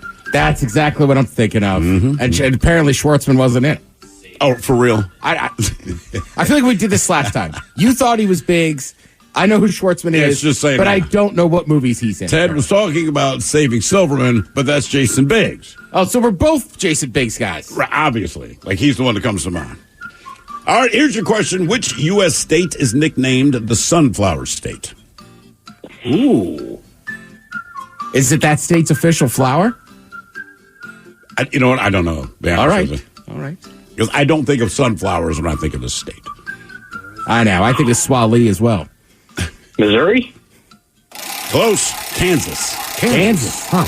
Kansas. Question 5, Alex. Question number 5. What actor has had a voice role in the first 22 Pixar films? Oh, yeah. It was Ham from Toy Story, the Yeti from Monsters Incorporated, and Mac the truck from the movie Cars. Yep. You didn't get the first one right. It's not Tim Allen? Nope, not Tim Allen. John Goodman? John Ratzenberger. Oh, John Ratzenberger. Wouldn't have got that. Well, now you know. He was also on Cheers. Yes, he was. Mm-hmm. See, if you get drunk at a fictional bar every day, you could be a legend in kids' movies. 22 movies. And his plan was to do all of them, but he had like some other project going on. So he couldn't do a couple of the Pixar movies, but every time they made a movie, like, you want to be in it? You say, yep. How many beers do you think him and the other actor who played Norm have been free beers people get? At a certain point, they must be like, I don't want your beer. Everywhere. I'm sure it's died down a little, but. But to see some of my age, like, I'm buying you a beer. I would still do it. And I don't call you Norm or Cliff, sorry. All right, your question.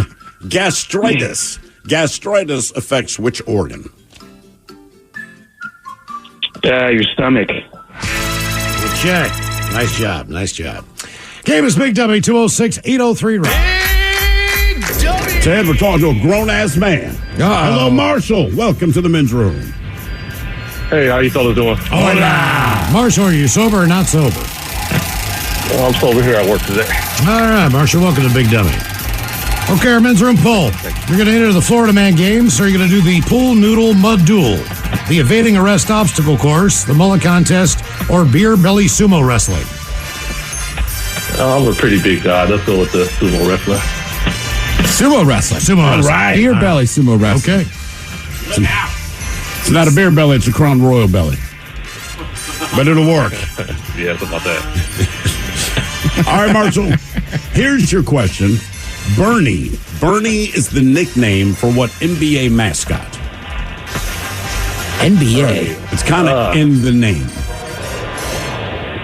I beat Ted. Let's go. Bernie. Only mascot I know. Is it that big gorilla? You know, to be honest with you, I don't know if he's a gorilla, but what team would he represent? The Suns? The Gorilla's the Suns. Is it it's not the a bad Denver one. Nugget? Nope. Miami Heat. Hence Bernie. Bernie. Right. Good work, Mike. Mike How'd you do is that? so proud of himself. Oh, yeah. Well, I beat Ted Smith on mascots. Are you kidding? Honestly, his name was Bernie. I was like, Heat. Yep. The Miami Heat. That's All it. right. I always think of Bernie the Brewer. Oh, nice. Who's Bernie the Brewer? Milwaukee Brewers. His name's Bernie, too? Yeah. I bet you spells it B-E, right? But Right. Bernie the Brewer. Yeah. Well, yes. Then there's Benny. Then there's Benny the Bull. Benny the Bull. Chicago Bulls. Is that really his name? Yeah. Alliteration's massive in the mascot world. I know, but I never know. It's so... Testudo the obvious. Terrapin. That's what I'm saying. It's so obvious. It sounds like you must be joking. Harry the Husky. Right. Butch T. Cougar and Blitz don't really fit. Butch T. Cougar. All right, Marshall. At most, how many Friday the 13th can there be in the same calendar year? 2. 3. Oh. As in the number of question you're now on. Thank you. I don't know that we've ever talked to you this long, No, this is Marshall. really weird. It's nice getting to know you. I know, it's strange. All right, your question. Studies show the dogs can see which two colors? Is it green and red? Blue and yellow. I'm real big on TikTok right now. There's a filter that shows what your dog sees. That's why the show Bluey is so great, because it's the colors that dogs can see.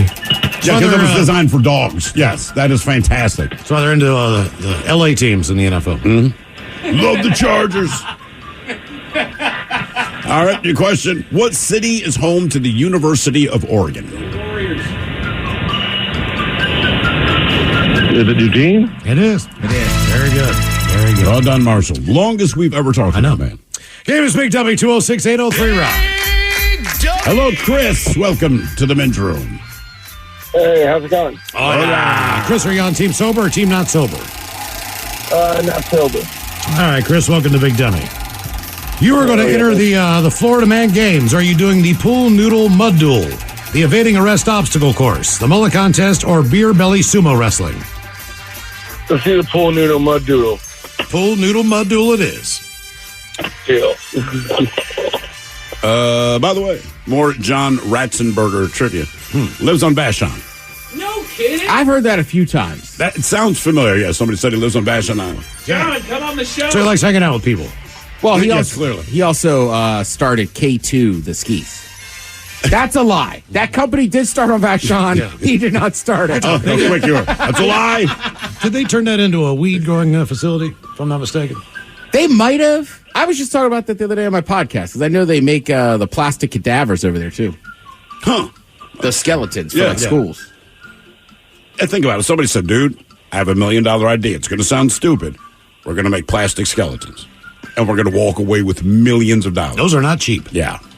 All right, here's your question. At a haberdashery, you find men's what? A haberdashery.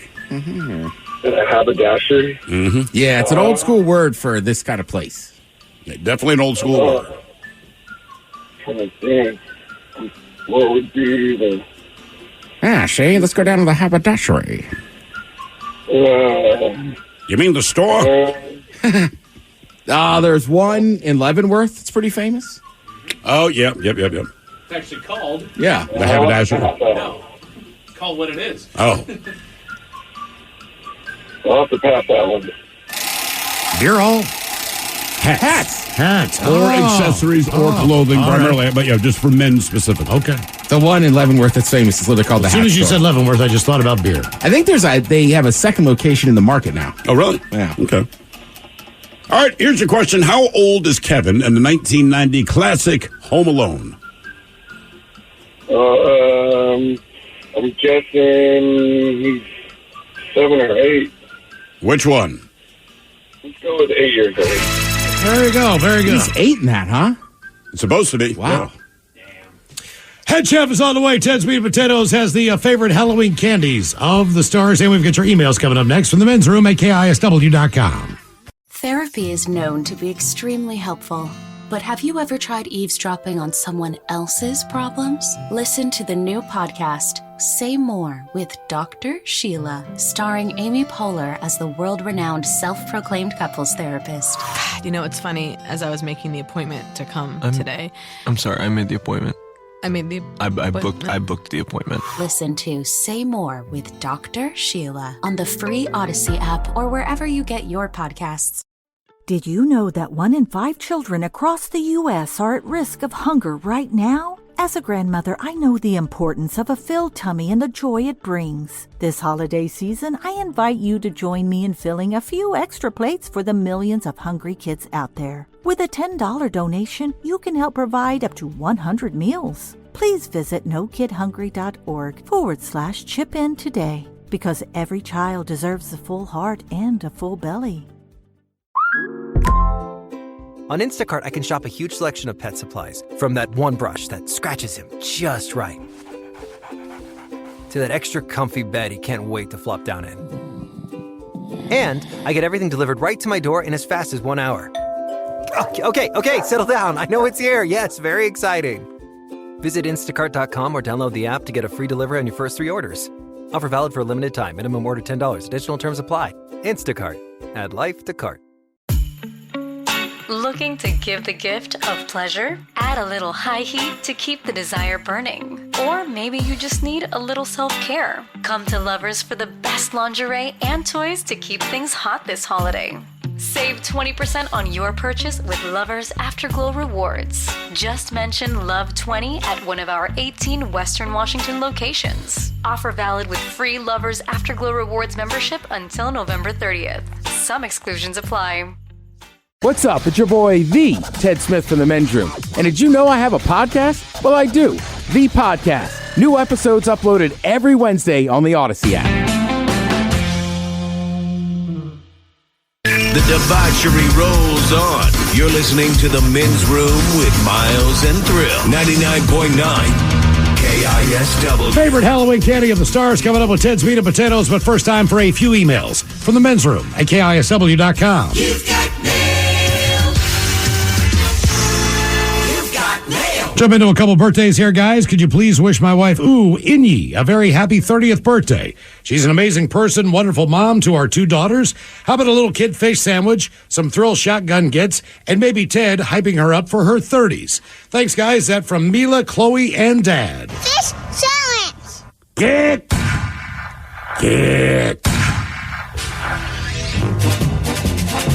All right, turn it 30.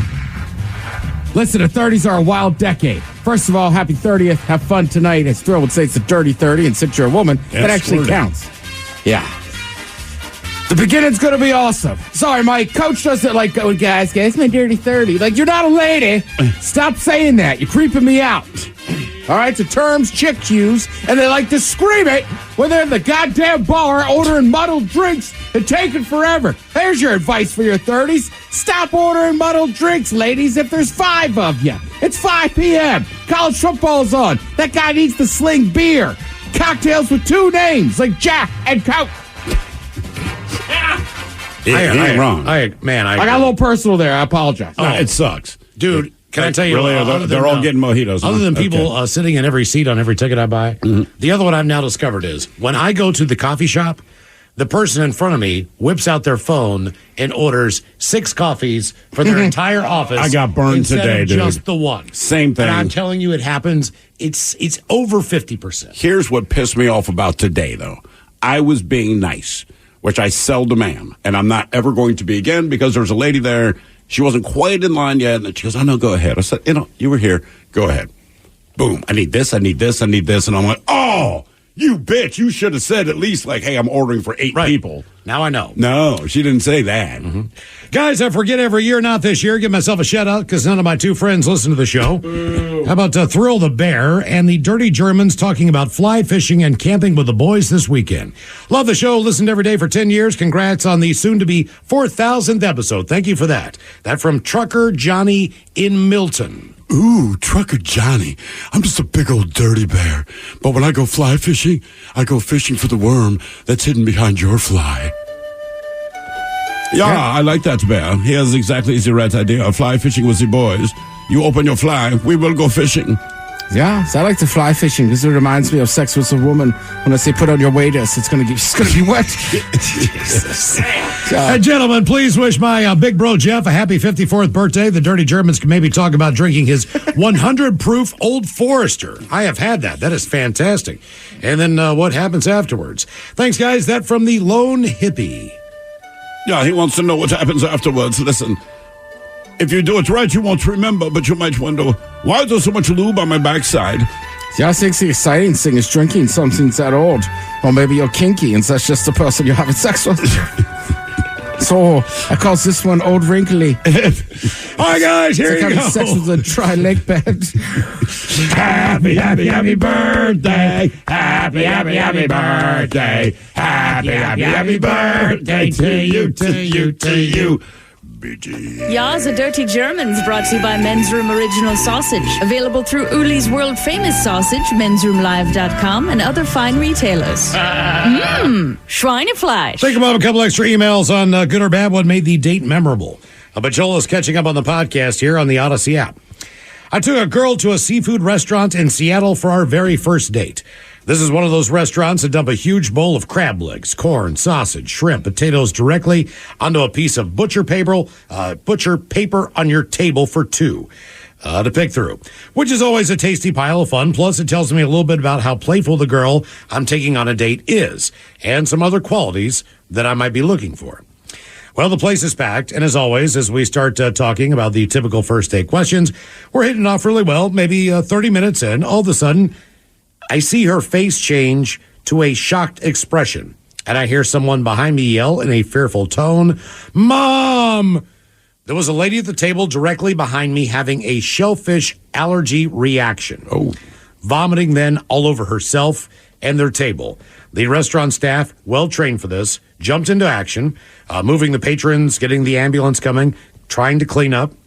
So I had my back to the lady vomiting during all of this, but my date, she has a direct view of the situation and is looking like she's understandably very disgusted and uneasy. So I'm starting to think, man, this date probably going to come to a bad end. Well, an older couple, they were leaving during this time, and they saw us on this date, and they must have overheard some of our good conversations. The older lady then puts her hand on my shoulder while she's walking out and says, "Well, at least this isn't your first date." She quickly shuffled off after I told her, "Well, actually, it is."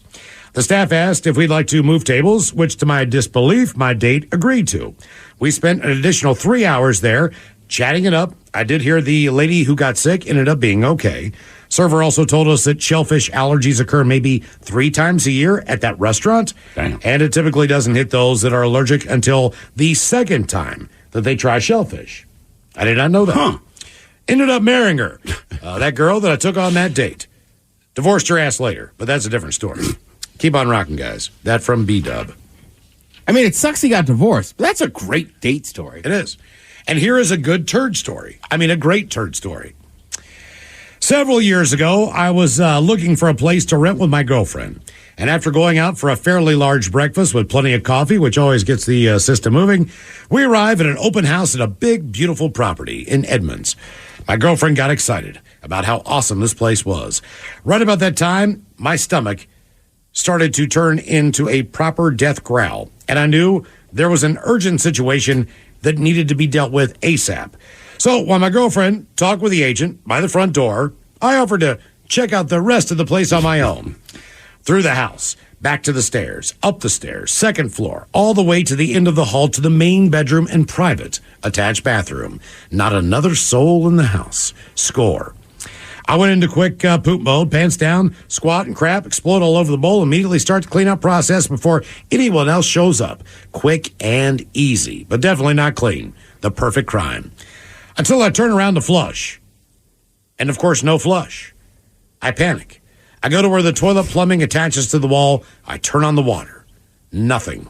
Go to the sink. Turn it on. Nothing. The water is off in the entire house.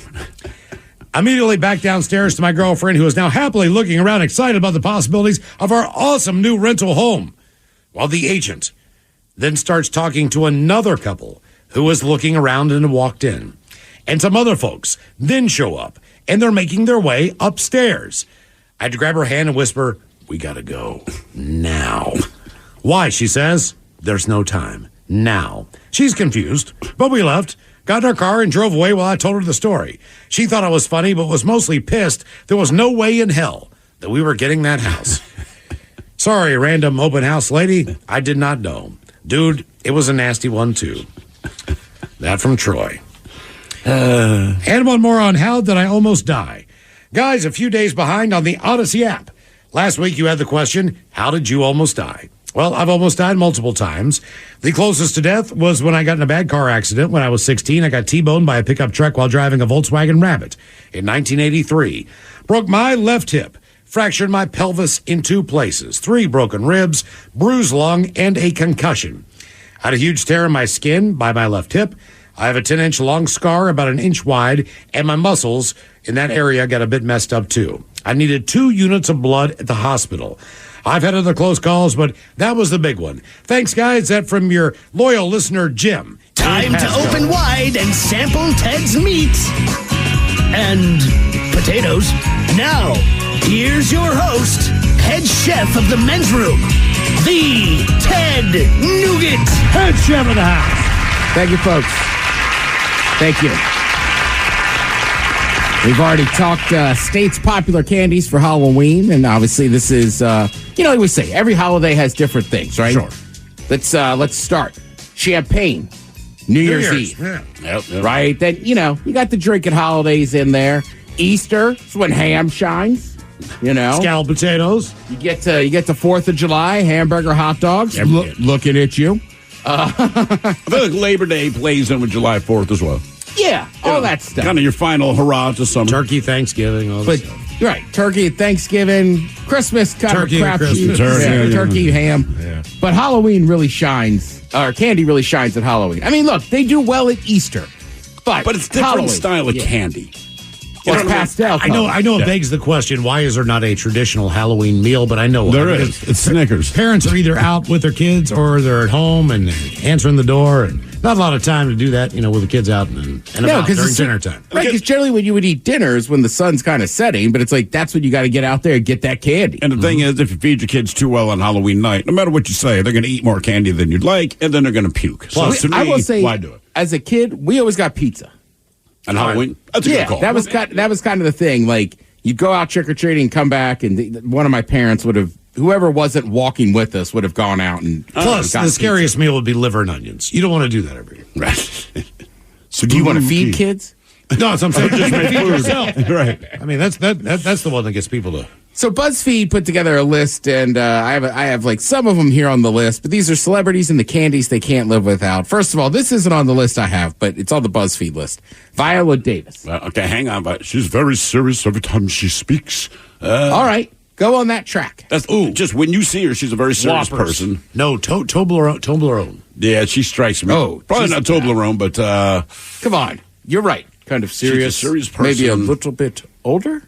Butterscotches. Werther's Original. Damn. Right? That fits exactly who she is. I enjoy a Werther's. I'm Viola Davis, and I don't know why every time I speak, it's like I'm screaming from a mountaintop. That's just how I talk. She told Jimmy Kimmel, I sneak a Werther's in my mouth at night, like 2 or 3. Nice. Then I get on the scale and go, why can't I lose any weight? Then she follows that up with like, that's what my husband thinks. I actually eat like 7 or 8 of them. Sure. I have the sugar freeze, but I don't really like them.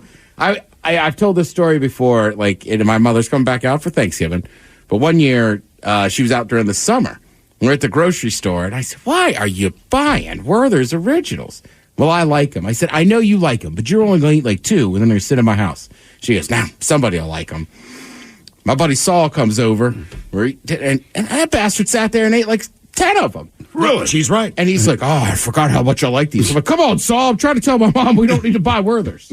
And she's just nodding her head. And maybe it's because I've gotten older. I think everybody in this room will agree. When you actually have one, you're like, oh, man, these are good. They are good. I never think to buy them, but yeah, on a rare occasion, I'm like, wow, these are good candy.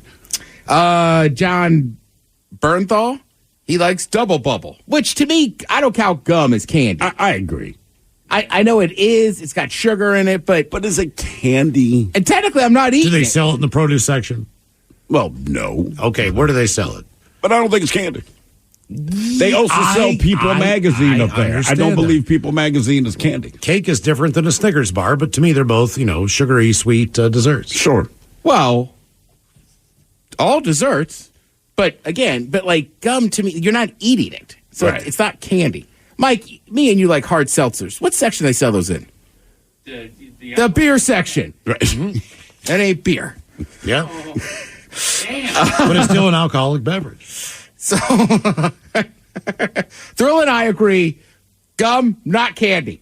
I'll go to. Yeah, I don't picture this candy. Okay. Zolo can't say the last name for Cobra Kai. Reese's Peanut Butter Cups. And you're normal. You're completely normal. You also notice that the younger people on this list pick better candy. I would think so. Viola Davis, I believe, set a tone. Yeah. Lucy Hale. Obviously, we all know Lucy Hale. Mm-hmm. She picked the Smart Sweets. Now, these are the gummy candies. You've seen them. They're less than 100 calories per bag. Look, I've tried them. They have different versions. There's like a knockoff Starburst. There's like a knockoff Swedish Fish. Are they any good? One of them is okay. Okay. But honestly, a couple of them, I forget which one it was, but I was like, this is awful. Like, it's like all the texture of a candy without any of the flavor. Without any of the fun? Yeah. Yeah. It's like tofu. Oh, that's the texture of food. Without any of the taste of it. Smarties? Smart Sweets. Oh, Smart I'm sure you've seen them. They also are in the legit candy aisle, but I don't know. They might be in that fancy aisle that just has the dark chocolates. I don't know if I've ever seen that. I don't recognize. You've never seen them? I mean, look, and the idea behind them is awesome. I think the peach rings are the ones I had. I was like, all right, this could pass. Then I might be familiar with them. Okay. Chrissy Teigen, she likes gummy bears. Which she seems like she would. Yeah, I'm pro gummy bears. Some people are really against gummy bears. Like some people, like Miles, you just don't like gummy candy, which I understand. But like some people like gummy candy, and they're like, but not the bears. Really?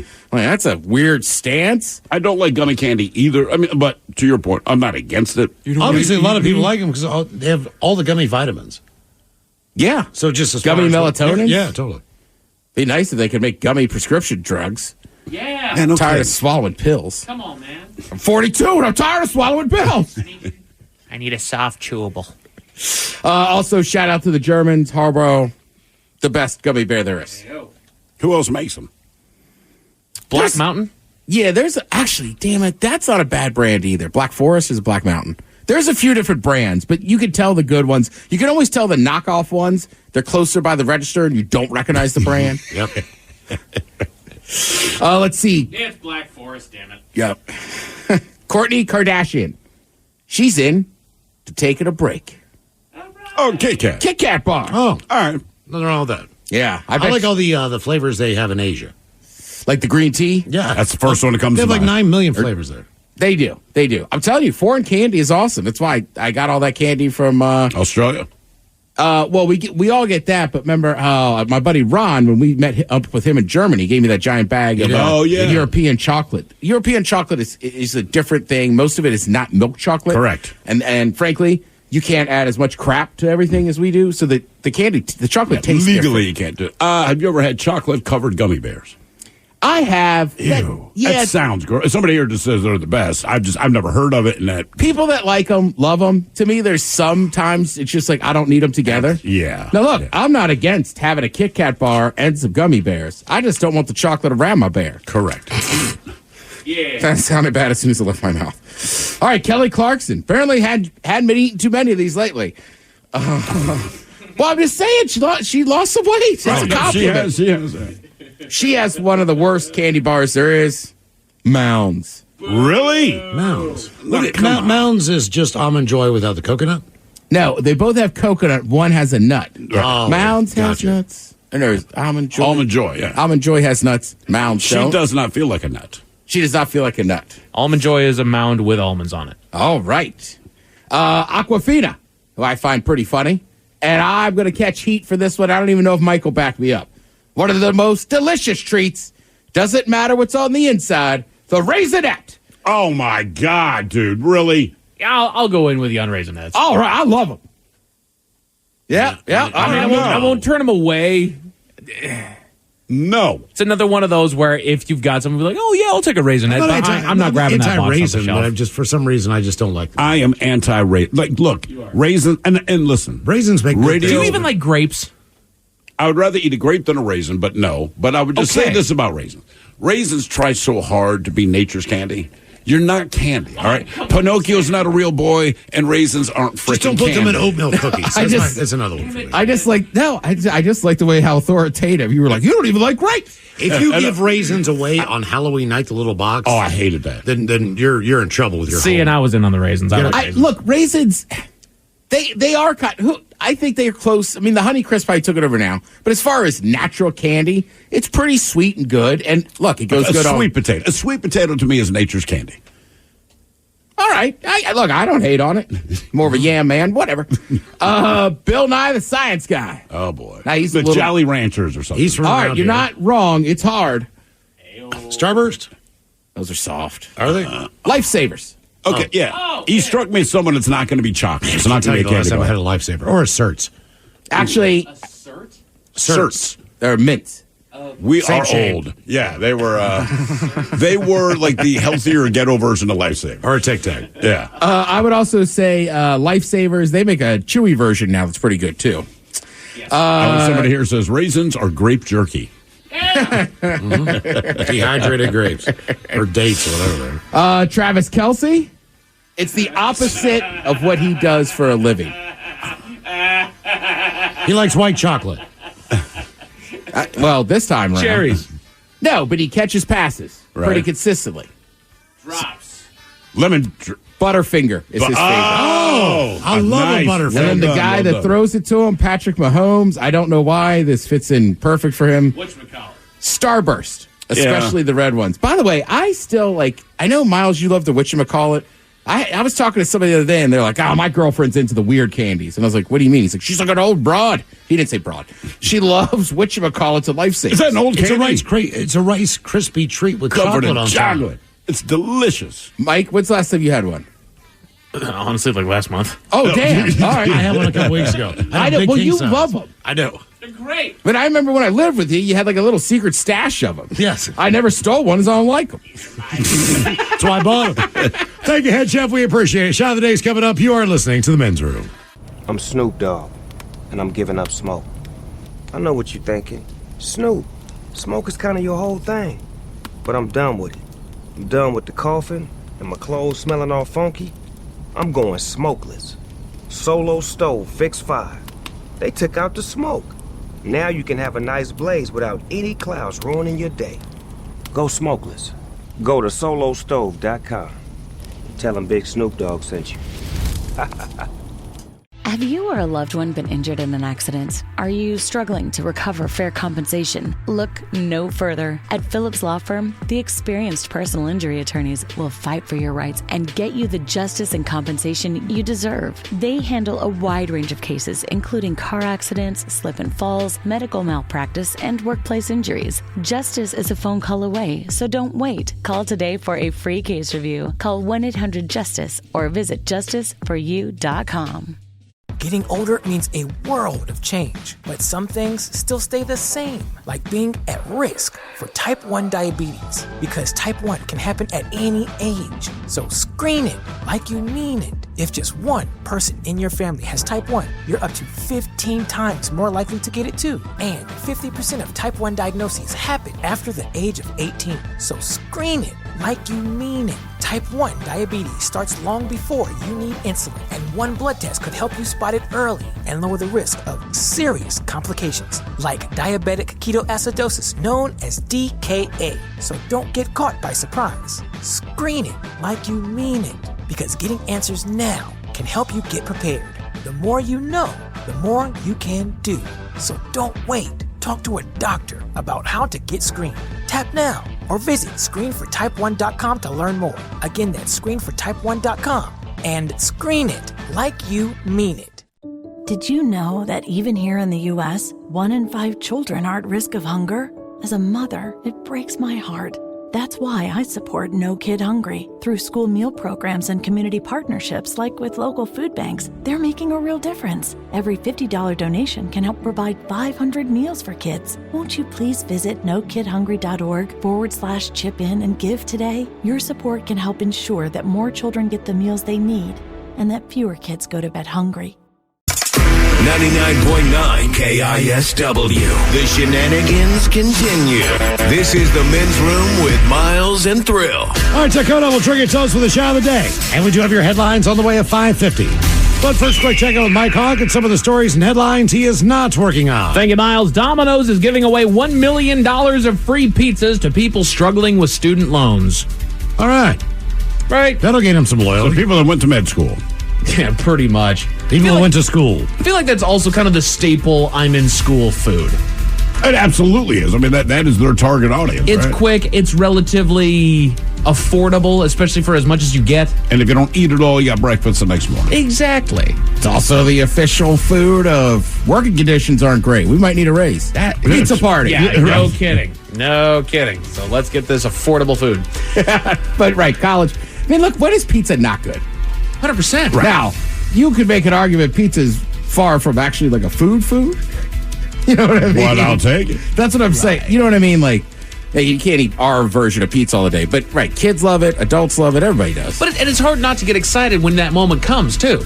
Yeah. You could go out and spend, the day an incredible amount of money, going to Costco and Trader Joe's and Albertsons and going to all these places and getting all these groceries, right? You load up, you bring them all home, and it's 5 o'clock at night by the time you get home. Want to order a pizza? Dude, everybody's freaking stoked. Yeah. Let's go. A woman got a $3 million settlement with Dunkin' after burning herself on their coffee. Oh, man. That's just a waste of good coffee. It's a lot of money. And I'm not going to lie. They do serve that coffee hot. Like, Dunkin', make no mistake. They bring it out to you, and it's doggone on fire. But also, that. You ordered a hot coffee. And there's something else there. It's like the McDonald's lady, it turned out like it was hotter than it was supposed to be and this and that. Like, if she won that case... Yeah. Sorry. You're right. The McDonald's story, I just think that lady over the years, I made fun of her, and now it's like, oh, you know the truth. Yeah, right. You're not wrong. That's the reason they put that in styrofoam cup still. Mm-hmm. There's a fact. Even if when you get a black coffee, man, it's hot. You know what? If you don't cut it with cream or sugar or anything, it's hot. Oh, I'm with you. Every time I have to buy a hot coffee at like a gas station, I'm like, this is why I drink everything iced. Right. And so hot. I do feel like a pansy from time to time. If I know the place that I'm ordering a hot coffee, I'm like, can you just throw a couple of ice cubes in there real quick? Dude, I knew a girl that would go to Starbucks and get it extra hot. Oh, extra hot? Yeah. There are people that order it extra hot. What do they do to make it? Put it in a microwave? I mean, like, I guess. It's already hot. Like, ma'am, with brewed coffee, like it's hot. I don't know. Maybe. But it's or did they just say, okay, kind of turn her back to her and hand her the exact same cup? But I mean, I will say this. I know the argument that cold coffee sucks. Yes. Iced coffee, I love and drink all the time. Correct. But I do agree with, like, if it's not cold, like, if you just have a cup of coffee and let it sit out, then you're like, this is gross. Yeah, room temperature coffee sucks. We drop ice cubes in it, you're like, this is great. But with extra hot, like, are you bringing it from here to Bellingham? Like, you want to drink it when you get there? What's going on? I don't know. I just remember her. Because that's going to scald your tongue if you try to drink it now. So it doesn't do anything to the taste because you can't drink it at this point. I just love her in the driver's seat, extra hot, and then I'm in the passenger seat like, and ice vanilla latte. And a cake pop if you got it. Yeah, ice. Apparently listening to your favorite songs can relieve pain. Well, it makes you feel better. It takes your mind off of it. Depends on the kind of pain that you're in. Yeah. Let's try that experiment. I'm going to kick you in the boys as hard as I can. Just go ahead and put on Panama. They can help me in traffic today. Sure. Yeah, emotional distress, you bet. Yeah. Music's great. Oh, you're on physical pain. That's what I believe so, yeah. Helps you relieve pain is what it's saying. I don't think it's like your mental scars. The pain from that previous relationship. We all try to save money, but let's face it, there are those things in our lives that we're not going to skimp out on it. We're going to go ahead and spend that little extra $1. And lucky for us, there's an entire list. The Men's Room Top 10. The Men's Room Top 10. 10 little luxuries that are worth breaking your frugal habits for. is easy. Silk sheets. Golly. All right, so these are 10 little luxuries that are worth breaking your frugal habits for. Vacation and trips, bottom of the list at number 10. Sure. Because at that point, it's what you're saving your money for. And they are expensive. You're buying an experience. Yep. Correct. No matter where Much you're like going to go, whatever you're going to do. Right. Yeah.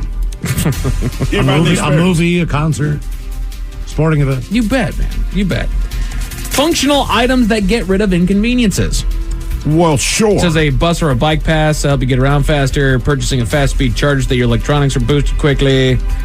Yeah, that's fair. Buying an iron so that your clothing doesn't have wrinkles. I have an iron, but not an ironing board. What do you iron on? Do you have a countertop? No, I don't iron. Well, it's got a dryer. I don't think I have an iron either. We do, but my wife works with upholstery. Okay. Sure. Yeah. Like I see her doing that stuff, but I don't know the last time I don't even know the last. I should say that she has ironed clothes. I just don't. And also with clothing technology these days, a lot of them you just throw them in the dryer for a couple minutes and bam, they're good to go. That's always been my secret. You bet. Spray them down with a little bit of water if need be. You bet, Jay. Back in the dryer you go, buddy. Books. Yeah, I'll spend money on good books for sure. You bet. Even just the perception of possibility of a good book. Right. You have to hope it's a good book. You don't necessarily know what you're buying. But yeah, I got no problem. I never feel bad for reading. Not at all. And whether it's informational, whether it's just a story to just kind of take yourself away from it for a while, books are a great way to waste your money. Waste your money. At the end of the day, that's what it is. 10 little luxuries that are worth breaking your frugal habits for. Occasionally dining out at your favorite restaurant. Sure. Yeah, absolutely, A little man. taste of the rich life, man. What's the last dinner that you guys went out to? Dinner? A couple of weeks ago. We just dumped the kids at home and where did we go? Bar Dojo? Either way, very good food. Bar Dojo is very good. But it was not nearly as expensive as I thought it was going to be. But yeah, great food. I haven't been to it. I just have friends that are always talking about it. It's good. There's no kids menu. There's no crayons for them to color. You go like, okay, this is where I want to eat. Noni's Italian restaurant in Seaside, Oregon. Fantastic. Recommend it to anybody. I had some happy hour at the Met last week. Attaboy. Yeah. There's another good. I think I went to Olive Garden. Not terribly long ago. Yeah, I mean, I don't count going to my local place to get an order of wings. It's like going out. That's our need to eat. We do it a lot. Well, I'm here. Don't feel like cooking. They have good wings. They have awesome waffle fries. That's pretty easy. And their blackened chicken sandwich. I mean, I'm phenomenal. Lady out. I'm due.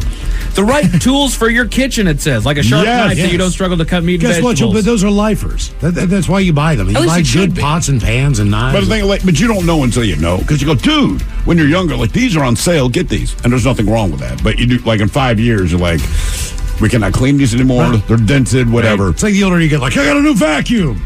Dude, the vacuum cleaner, all right? Vacuum cleaners. I'd always save money on vacuums, and this is stupid, but I'm a vacuum freak, right? Sure. Thanks, Dad. No, that wasn't your dad. That was you as a kid, man. I don't use it for the same purpose anymore. But I do have created a new attachment. Oh, very good. But anyway, yeah, so we would buy vacuum, and in 6 months, the thing would crap out. And finally, we just went to the world of Dyson. Sure. Which costs considerably more, but I said to my wife, I'm like, when we break this down financially, put it this way, we've had the same Dyson for about a decade. There you go. So whatever we paid, we have gotten our money's worth, as opposed to paying like $100 every 6 months. We just spent an S-ton once 10 years ago. Exactly. I'm a Bissell guy myself. Hey, that's another quality one, man. Bissell's always been good. Kids, listen to me. And I know I sound like an old man, but there's a good reason. One, I'm an old man. But two, if you're buying a vacuum, whatever you can spend on it, spend that. I'm rocking the Shark right now. Sharks are underrated, man. They are. I mean, I know this. I've got one. It's not the greatest of all time in the world of vacuums, but they are underrated. They work. They used to be really crap, but then they really kind of upped it recently. Yeah, it's like Kia. 10 little luxuries that are worth breaking your frugal habits for. Embracing hobbies that bring you joy. Yet again, why else are you spending your money other than like for retirement or whatnot like that? Mm-hmm. That's exactly it. It's supposed to make you happy, at least to a degree. No, I pay money for golf, and that doesn't always make me happy, but I enjoy the hobby. That's the thing. Some hobbies are expensive. No kidding. Yeah, no golf kidding. would be one. I mean, look, I play music, winter sports. But it's expensive. It's expensive at one time. Right. So you buy a bass and you buy the equipment or guitar or whatever you play, but then you own that thing for a good long time. Correct. And you're right. My son just learned ski. I have been finding out that it is, in fact, an expensive hobby. Ooh. And the fact that he's still growing just angers me. Yep. Right? We got to go a lot. Like just bypass. We're done. That part's already been done, but it's buying the skis, and I'm like, these skis are going to be too small for him in 2 years. The jacket's going to be too small next year. The goggles, that's all that crap. I'm like, oh my God. Coffee from your favorite shop shows up. And I do actually prefer some of the little shops. Yeah, for sure. Especially if they got that nice little cabinet that's got all the little bakery stuff. The cabinet with the bakery stuff. I know. Like what they sell the little goods. baked goods that you can buy. Yeah. Yeah. Oh, absolutely. Well, also, too, like... Pastries. I was like, the bakery part of the store. I'm just a sick person, so I don't mind drinking Essie coffee. Sure. But sometimes when you, like, I can notice, like, you go to a good place, like on Capitol Hill, a place called Sugar Bakery. You get an espresso there. It's like, oh, this is good coffee. There's a place that opened around the corner from my kid's school fairly recently, right? You might know where it's at. Oh, yeah, of course. So I'd never been in there before, but we had to go to school for something. So my wife's like, well, let's pop in here first. And everyone told me how expensive it is. And it was. And I got a sandwich. And I got a mocha. And it was worth every frickin' red cent that I spent. Did you never go to the one in Belltown? No, I did not. Right. I did not. Yeah, great bakery. Comfortable running shoes shows up. Yes. Yeah. Yes. When you're everything really hurts. running or just walking. Exactly. Also, insoles. I'll put that on there. You get yourself a good pair of insoles on there. So I'm on Dr. Scholl's team. I don't have insoles, but I would like to just remind people, if you got a callus, maybe Dr. Scholl's callus cushioners. All right. I'm very pleased. Have you guys ever been fitted for insoles? No. Where they put your feet into a mold? No. And then you get the exact shape of your foot, and then they put that into the shoe you want? No, I have not. They do that at running stores, and it's worth every penny. No kidding. To have that done. They do it right there on site, man. They just mold your feet. Dude, I think these are the shoes. I think some stores, like Dr. Scholl's has one you can just use there. The thing that you step on. Yeah. Mm-hmm. All right. Oh, I see what you're saying. Miles is saying literally molded. Yeah. Molded. The Dr. Scholl's just tells you what to buy. Correct. Yeah. This And one it'll be a is Dr. actually- Scholl's product. Either way, it's better than the alternative, which is just the stock. And every old person, putting my mom in there, like my dad used to say it, like, take care of your feet now. Yes. Yep. Yes. And you will buy Skechers when you get older. It's funny, every time I see a pair of Skechers, when I look at the person, generally speaking, they are 50 and older. Yeah. It's not that the shoes look bad, but it's like Skechers goes, you know what, we're just built for comfort. I'm on the slip-on game. You bet, dude. Yeah, I was going to say, they come about 8 years away from white New Balances. Go, Not boy. the cool ones. Nah. Oh. Hey, The kind that say, I mow a good lawn. They're cool to you, Ted. But this is the number one little luxury that's worth breaking your frugal habits for, and I completely agree. That mattress that makes you sleep just a little bit better. Yes. It is incredibly important. Yes, it's very expensive. Yes, it's hard to justify it if you haven't done it before. Do it. They're super expensive. Invest in sleep. Even if it's just like one of those speakers that play you the music you need to go to sleep. Exactly. Whatever kind of sheet you need. You need a fan. It's true, man. Blackout curtains. And don't wake up sore because you laid in your own bed. Yeah. Correct. I mean, that's like, if you woke up sore just because of the mat. And look, I have been super broke in my life. I get that. But when the moment comes, if you can pull the trigger on a somewhat decent mattress, just do it. You bet. The mayor of Panama City, Florida, thinks a new proposal would increase divorce rates in the city, but I'm not going to lie, Miles, it sounds kind of good to me. What is that now? Give you all the details at 5:50. Thank you, sir. Headlines are coming up at 5:50. In the meantime, it's going to contest on the line for Profile This at 206-803-ROCK. Therapy is known to be extremely helpful. But have you ever tried eavesdropping on someone else's problems? Listen to the new podcast, Say More with Dr. Sheila, starring Amy Poehler as the world-renowned self-proclaimed couples therapist. My mother will come over when she says she will. Knowing that she's always going to be there is really nice for me because I don't have to make my own cereal. Listen to Say More with Dr. Sheila on the free Odyssey app or wherever you get your podcasts. When things feel a bit chaotic, Instacart helps deliver milk and sausage. Add a little life to your cart. Get stuff from literally all your stores, from baby wipes to albacore. Add a little life to your cart. Instacart helps get your groceries. Your first 3 deliveries are free. Download Instacart. Add life to cart. Terms apply. Looking to give the gift of pleasure? Add a little high heat to keep the desire burning. Or maybe you just need a little self-care. Come to Lovers for the best lingerie and toys to keep things hot this holiday. Save 20% on your purchase with Lovers Afterglow Rewards. Just mention Love20 at one of our 18 Western Washington locations. Offer valid with free Lovers Afterglow Rewards membership until November 30th. Some exclusions apply. Hey, it's Mike Hawk. Want more Men's Room content? Follow the Men's Room page of the Odyssey app and check out my live stream, A Moment with Mike Hawk and Nothing in Particular with Steve the Thrill Hill. Going live Thursdays and Fridays at 1 exclusively on the Men's Room page of the Odyssey app. Have we made it to drinking time? Somebody out there deserves to be recognized. And the Men's Room knows just who it is. So to you, we say, bottoms up, sailor. You're the toast of our shot of the day. Drink time it is, and as usual, we head to the drink desk and Steve the Thrill Hill to find out who we're toasting. Yes, indeed. Before we get there, Mike, someone contributed to the list you just read, and this is solid. Good parking. Worth it when an event is over and you just want to get in your car. Yeah. And they'll charge you for it, but yeah. It's worth it. Yeah, if you're also not in a big hurry to just get out of the venue per se, but you're in your car, you bet. Yeah, I agree. All right, today we chose the Washington State Department of Fish and Wildlife, the Pend Oreille County Police Department, and Border Patrol, because all three sent officers by jet ski to a cave on the Pend Oreille River in northern Washington. You see, earlier in the day, and I believe it may have been just today, possibly yesterday, a paddleboarder reported seeing human remains in this particular cave. And like I said, officers took jet skis to the cave entrance and then swam inside, where they did, in fact, spot a human skull that was partially submerged underwater. Creepier still, the skull was still attached to the spinal column. So they showed a picture of this, and you're kind of like, Jesus, man. But the good news is that the human remains... Yeah, they were actually a Halloween-themed beer bong. A beer bong? It was a beer bong where I guess you put the beer into the skull. Okay. And then drink it down through the spinal cord. That's kind of awesome.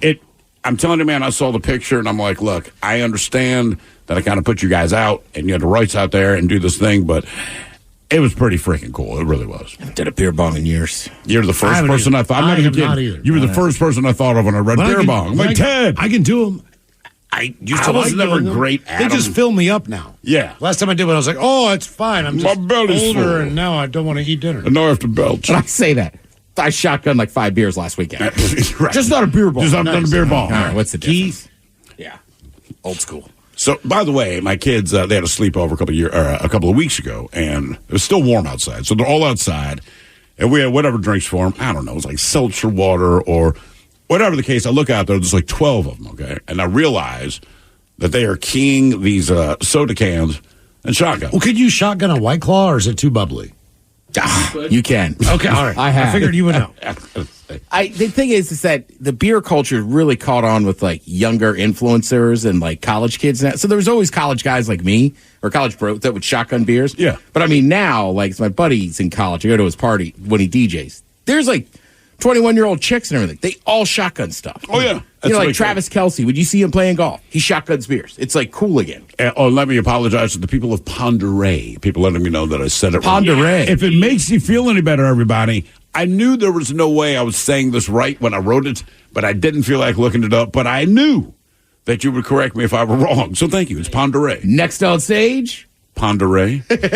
So we pour this booze and we drink this booze because we think it's yummy. Yummy. So over the tongue and down the throat to party in our tummies.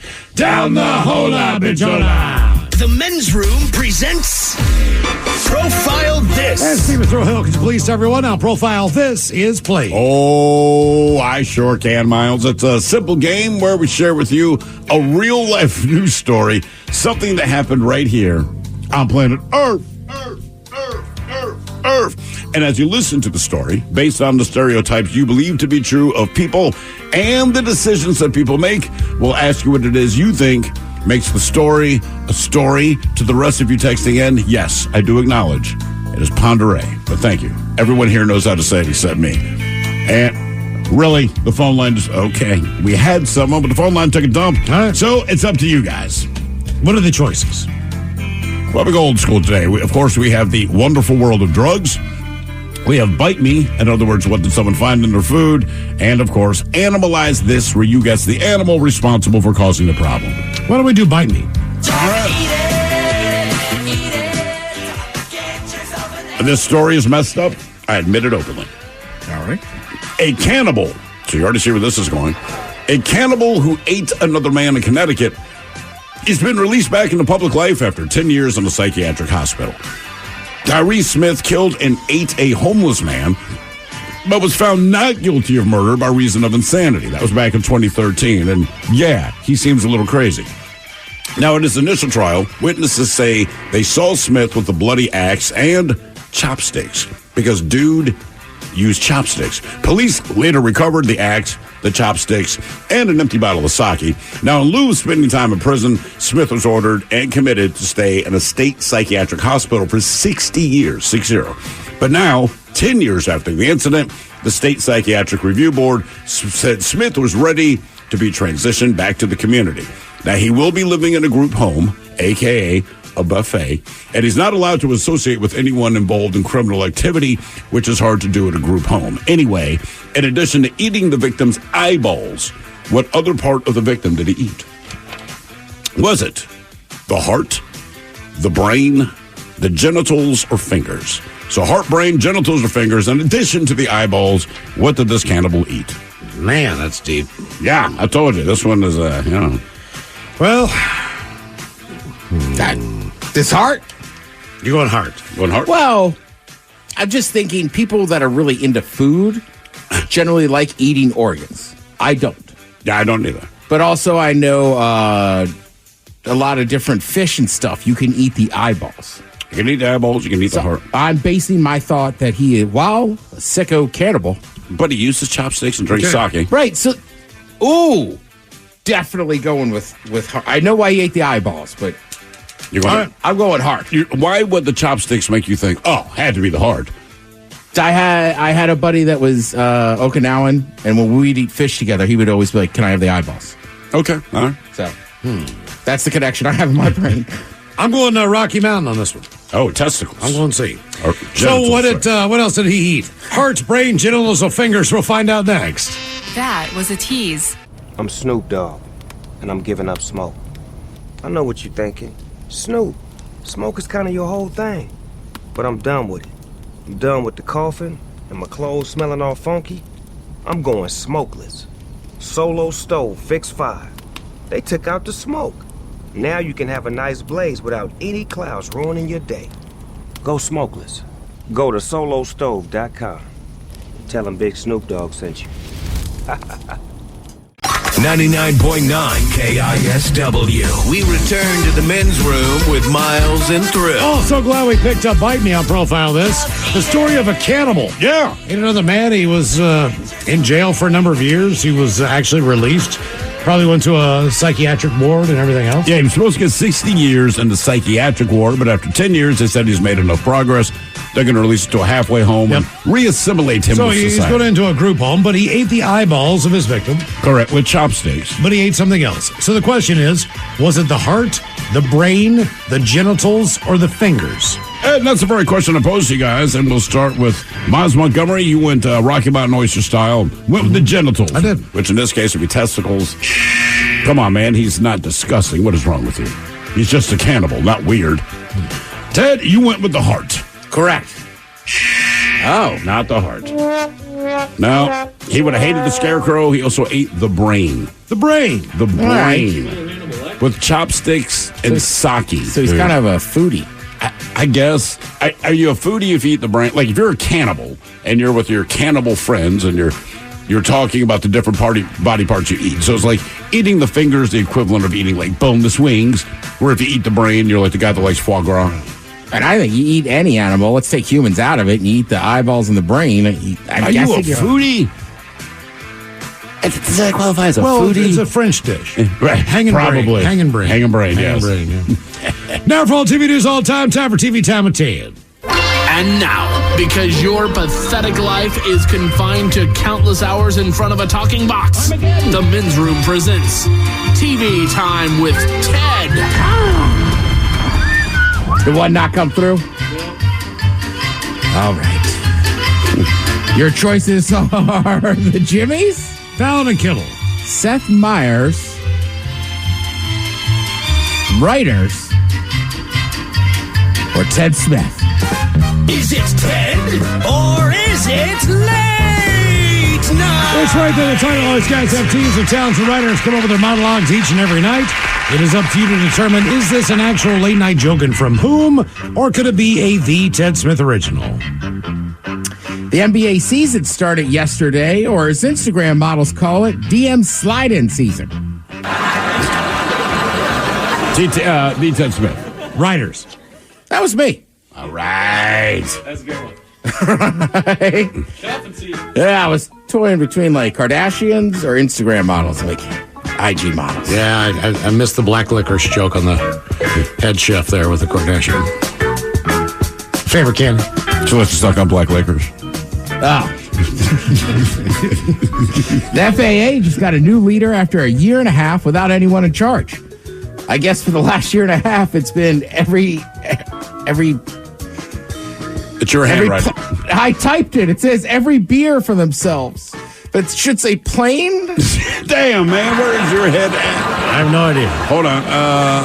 Fallon. Yeah, Fallon, maybe. It's Fallon. The FAA just got a new leader after a year and a half without anyone in charge. Yeah, I guess for the last year and a half, it's been every plane for themselves. It's bad. Yeah, you're right. That's probably why. Yeah. I don't know. It's been every. I don't know. I don't know why I wrote beer in there. I do. I've known you. Mick Jagger recently opened up about the difficulties of being a father to a 6-year-old at the age of 80, which you'd think be easy. They both nap all the time, eat soft foods, babble incoherently. Should be a breeze. I think it's Kimmel or Myers. Kimmel. Writers! Damn it! Good joke, Mike. I mean, writer. No, it's plural. Writers. Writer. Right. Writers. Here's my staff. The budget really expanded this year. A new study suggests the moon is actually 40 million years older than scientists thought. Even crazier, John Stamos is 60.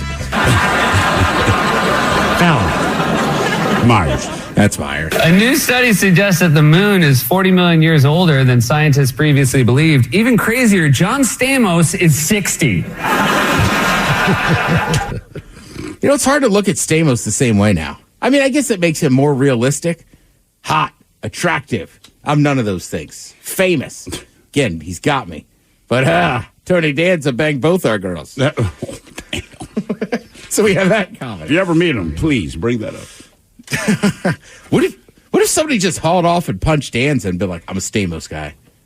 Of course, the girlfriend was like, that never happened. Right. Yeah. I don't know.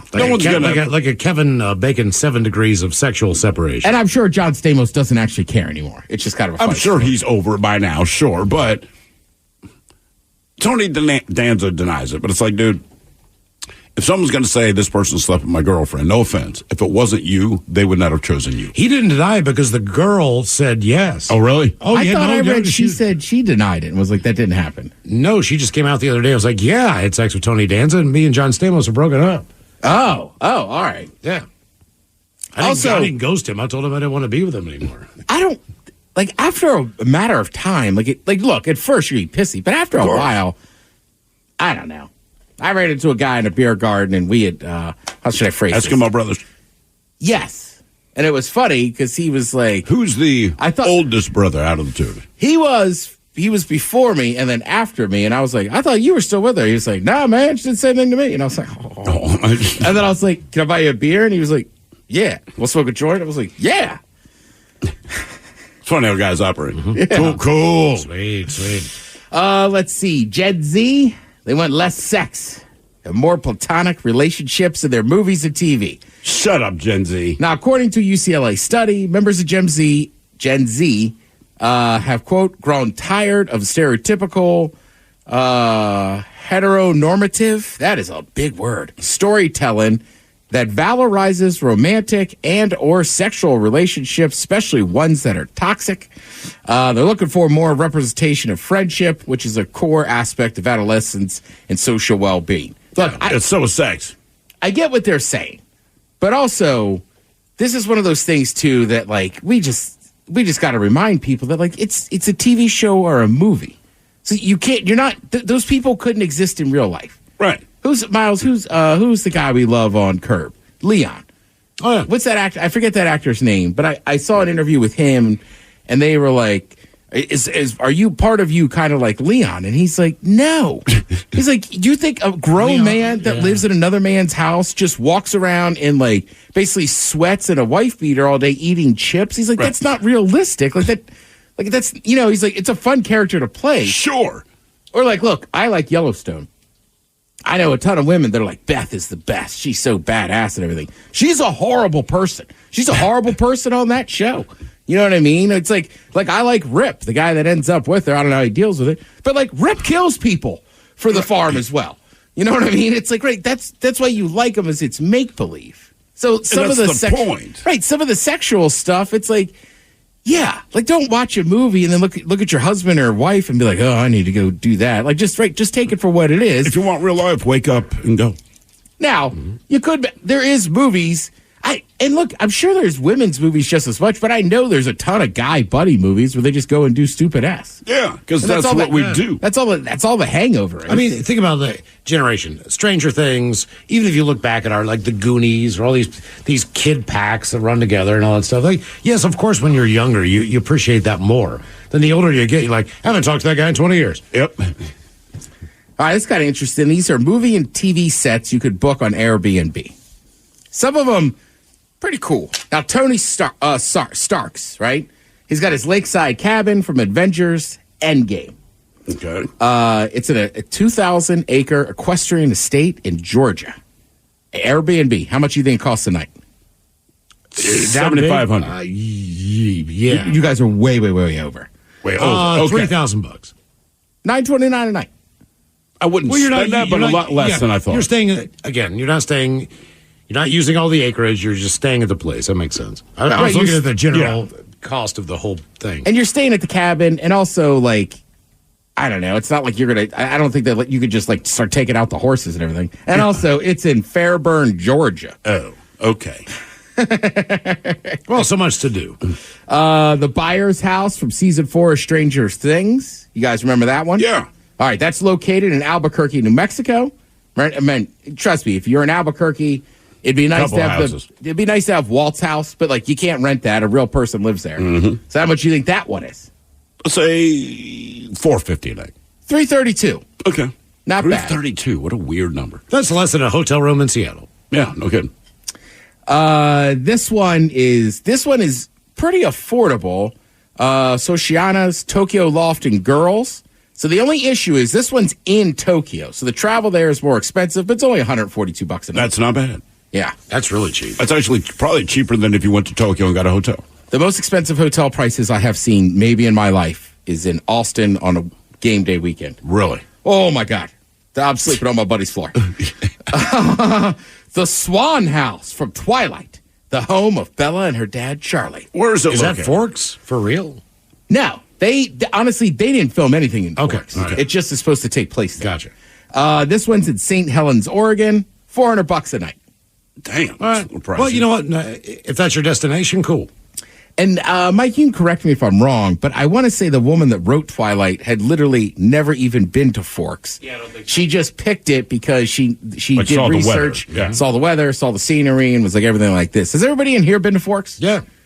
Nope. I tell you what, man, It's one intersection. It is. So, and Forks, I'm not making fun of you, but there's not much there. So no one can hear that because there's no one there. But the drive out there, the peninsula's beautiful. All right. I rented a little like cabin on the river there. I want to say on the Salduck River. So I mean, driving out there, and then also the beaches out there you can drive to once you pass Forks are pretty awesome and beautiful. And it's that West Coast like stuff coming up out of the ocean. Yeah. It's kind of cloudy. Mm-hmm. Like, it's pretty damn cool. Le Push. Harry Potter's childhood home. It's a former bed and breakfast in Levingham, England. $184 a night. All right. Again, And it was a former bed and breakfast anyway. yeah. Huh. The problem with this one again is the travel costs to get to England. Like, you know what I mean? Like, if you travel all the way, there, right? Yeah. If you travel all the way to Levingham, And then you're like, we can't splurge. Like, well, if you're that big of a Harry, like you've made it there, you might as well go. Safe to say there's a bunch of Harry Potter fans in England as well, though. Yeah. But if you're a true fan, you need to sleep in the closet under the stairs. Yeah. I used to be a Potterhead. Now here's where you hit some of the big money. The Lake Tahoe mansion for the Real Housewives of Beverly Hills that Lisa Rinna rented for the group vacation. That is $9,000 a night. Wow. Yeah, that doesn't shock me. Again, these are some movie and TV sets you could book on Airbnb. The Tuscan Villa from Succession, located in town in Siena, Italy. It's rented by the basically it was rented by the Roy family for Logan's wedding. That's $7,000 a night. Wow. Now, the biggest number on this list at a $30,000 a night it costs for one night to stay in this place. $30,000 for a night. Right. It's a very popular TV show. It has been running for a long time. You could make the argument it's one of the most popular mansions because of this show in the Beverly Hillbillies. No, but I'd love to stay there. Yeah, me too. What network is it on, or streaming service? I believe ABC. I know Mike knows. I know a lot of people do. Mansion. Twitter knows. ABC. You get a rose. Oh, the Bachelor Pad. Okay. The Bachelor Mansion. Now it's located it's located in Malibu, which is one of the most expensive zip codes. But yeah, $30,000 to stay one night in there. Probably just covers the electric bill. Yeah. I will say this. If you're going to spend that kind of money to stay, like, I guess you need to throw a party there. Whatever girl you take there, you better marry. Yeah, no kidding. Is my point. The third season premiere of American Horror Stories is on FX on Hulu. You got some football tonight. You got the Buffalo Bills hosting the Tampa Bay Buccaneers. That's over on Amazon. Thank you, Tim. We appreciate it. You're listening to The Men's Room. Have you been in an accident that wasn't your fault? Feeling overwhelmed and unsure what to do next? Look no further. The personal injury attorneys at Phillips Law Firm are here to help. Phillips Law Firm understands that accidents can turn your life upside down. That's why they're dedicated to fighting for the compensation you deserve and to making the process as stress-free as possible. Don't wait any longer. Call now, 1-800-JUSTICE, or visit justiceforyou.com. The Men's Room returns with Miles and Thrill. Now, let's see what's happening in the real world. All right, here we go. An Australian windsurfer gets a surprise when a whale reaches on his head. Meanwhile, the Panama City mayor says open containers will make your wife's legs no longer spread. California Amazon delivery driver smashes box and leaves it by the door. In one California town, pumpkins. They'll be hard to score. And in New Jersey, where someone really hates this one house. It's time for your headlines. Now, it's time to hit the headlines. Here's Mike Hawk.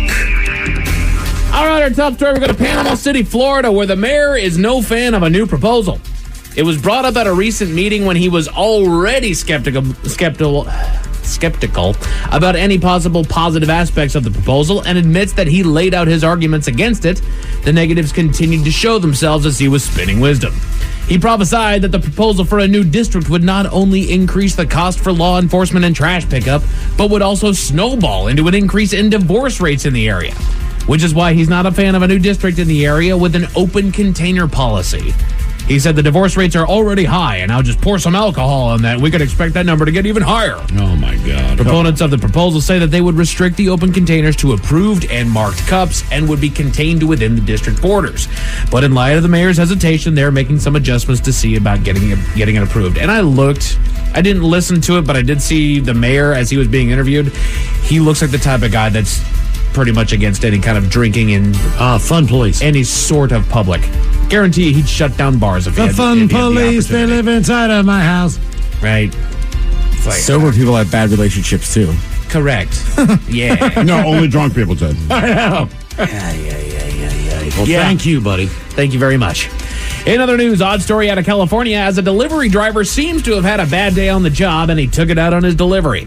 Ring camera footage was reviewed after a homeowner heard a crash outside of her home, followed by an even louder crash. The video showed an Amazon driver leaving her package of a new router on her porch and taking a picture to show that it had made it safely to its destination. Then out of nowhere, the driver grabbed the package back up, tossed it on the ground, stomped on it, and then slammed it back down on the porch before making his exit. She wasn't able to get outside in time to confront the delivery driver, and the company has yet to respond to media asking about the incident, which, don't bother. I know exactly what they're going to say. One of three things is going to happen to the guy. He's either going to be reprimanded, suspended, or fired, and it is not of their policy for the delivery drivers to smash the living daylights out of your package when it gets to your stoop. Right, that's exactly what's going to happen. As for what went through this driver's mind, I have no idea. Like, if he just pocketed the package and then took off, I would understand that. It's still not a great idea. I still do not condone it, but I can at least understand your position there. Maybe she's a terrible customer. Right? I mean, I don't know. I can't imagine why else you'd do that. Other than I've been here, she's lousy, blah, blah, blah. Neighbors looked at the footage. They were like, he's never delivered here before, so it's not like she's a repeat customer that sucks or anything like that. Like, he just went off on this package. Had a day. I guess. And a router of all things. Like, you can't check and see if it's like a stuffed animal in there and then crush that into nothing. No. Let's break this piece of electronics. Good job there, buddy. I mean, I'm with Thrill. I think if you're in that bad of a mood, like, just beating up a teddy bear ain't going to cut it. Yeah, you're right. You know what I mean? Need to hear something break. Feel something break. Right. Yeah, like they have those rooms where you can break stuff. You bet. Yep. Nothing soft. Yeah. However, I will say, last few times that I was out at the range, you know, there's a gravel pit out there around the Enumclaw area that you can go and shoot at. And I took stuffed animals out there. Oh, did you? Dude, it's great. My. It's so damn fun. Yeah, it's there's great. stuff that explodes. Oh, yeah. Yeah, I do that. That's fun. I just don't want to punch one. No, because I was saying, if I break it, I mean, I guess if you ripped his head off. Right. That's the spirit, Ted. Get it, Ted. Get it. Now you're tracking. We go to the waters. Oh, you grew up with this teddy bear? Yeah. We go to the waters of Sydney, Australia for another crazy incident caught on camera. This bit of footage comes courtesy of a GoPro that was attached to a wing surfer as he rode the waves. He's moving at a healthy clip when out of nowhere, a juvenile whale breaches just in front of his board, coming down on top of him and dragging him down more than 20 feet below the surface. Jesus. Initially, his attempts to get out from under the massive animal were failing, causing him to believe the worst outcome. But his leg rope finally snapped and he was able to wriggle back up to the surface. He showed the video for his skeptical friends and now has a memory to last a lifetime. Yes, he does. I bet he does. I think you'll remember that. It's a whale of a tale. That's got to be a weird position to be in, to be like, this is how it's going to go. I'm going to die. Right. This is a dumbass whale. This is the end of me. Right, because this dumbass whale just decided, why not? Whatever.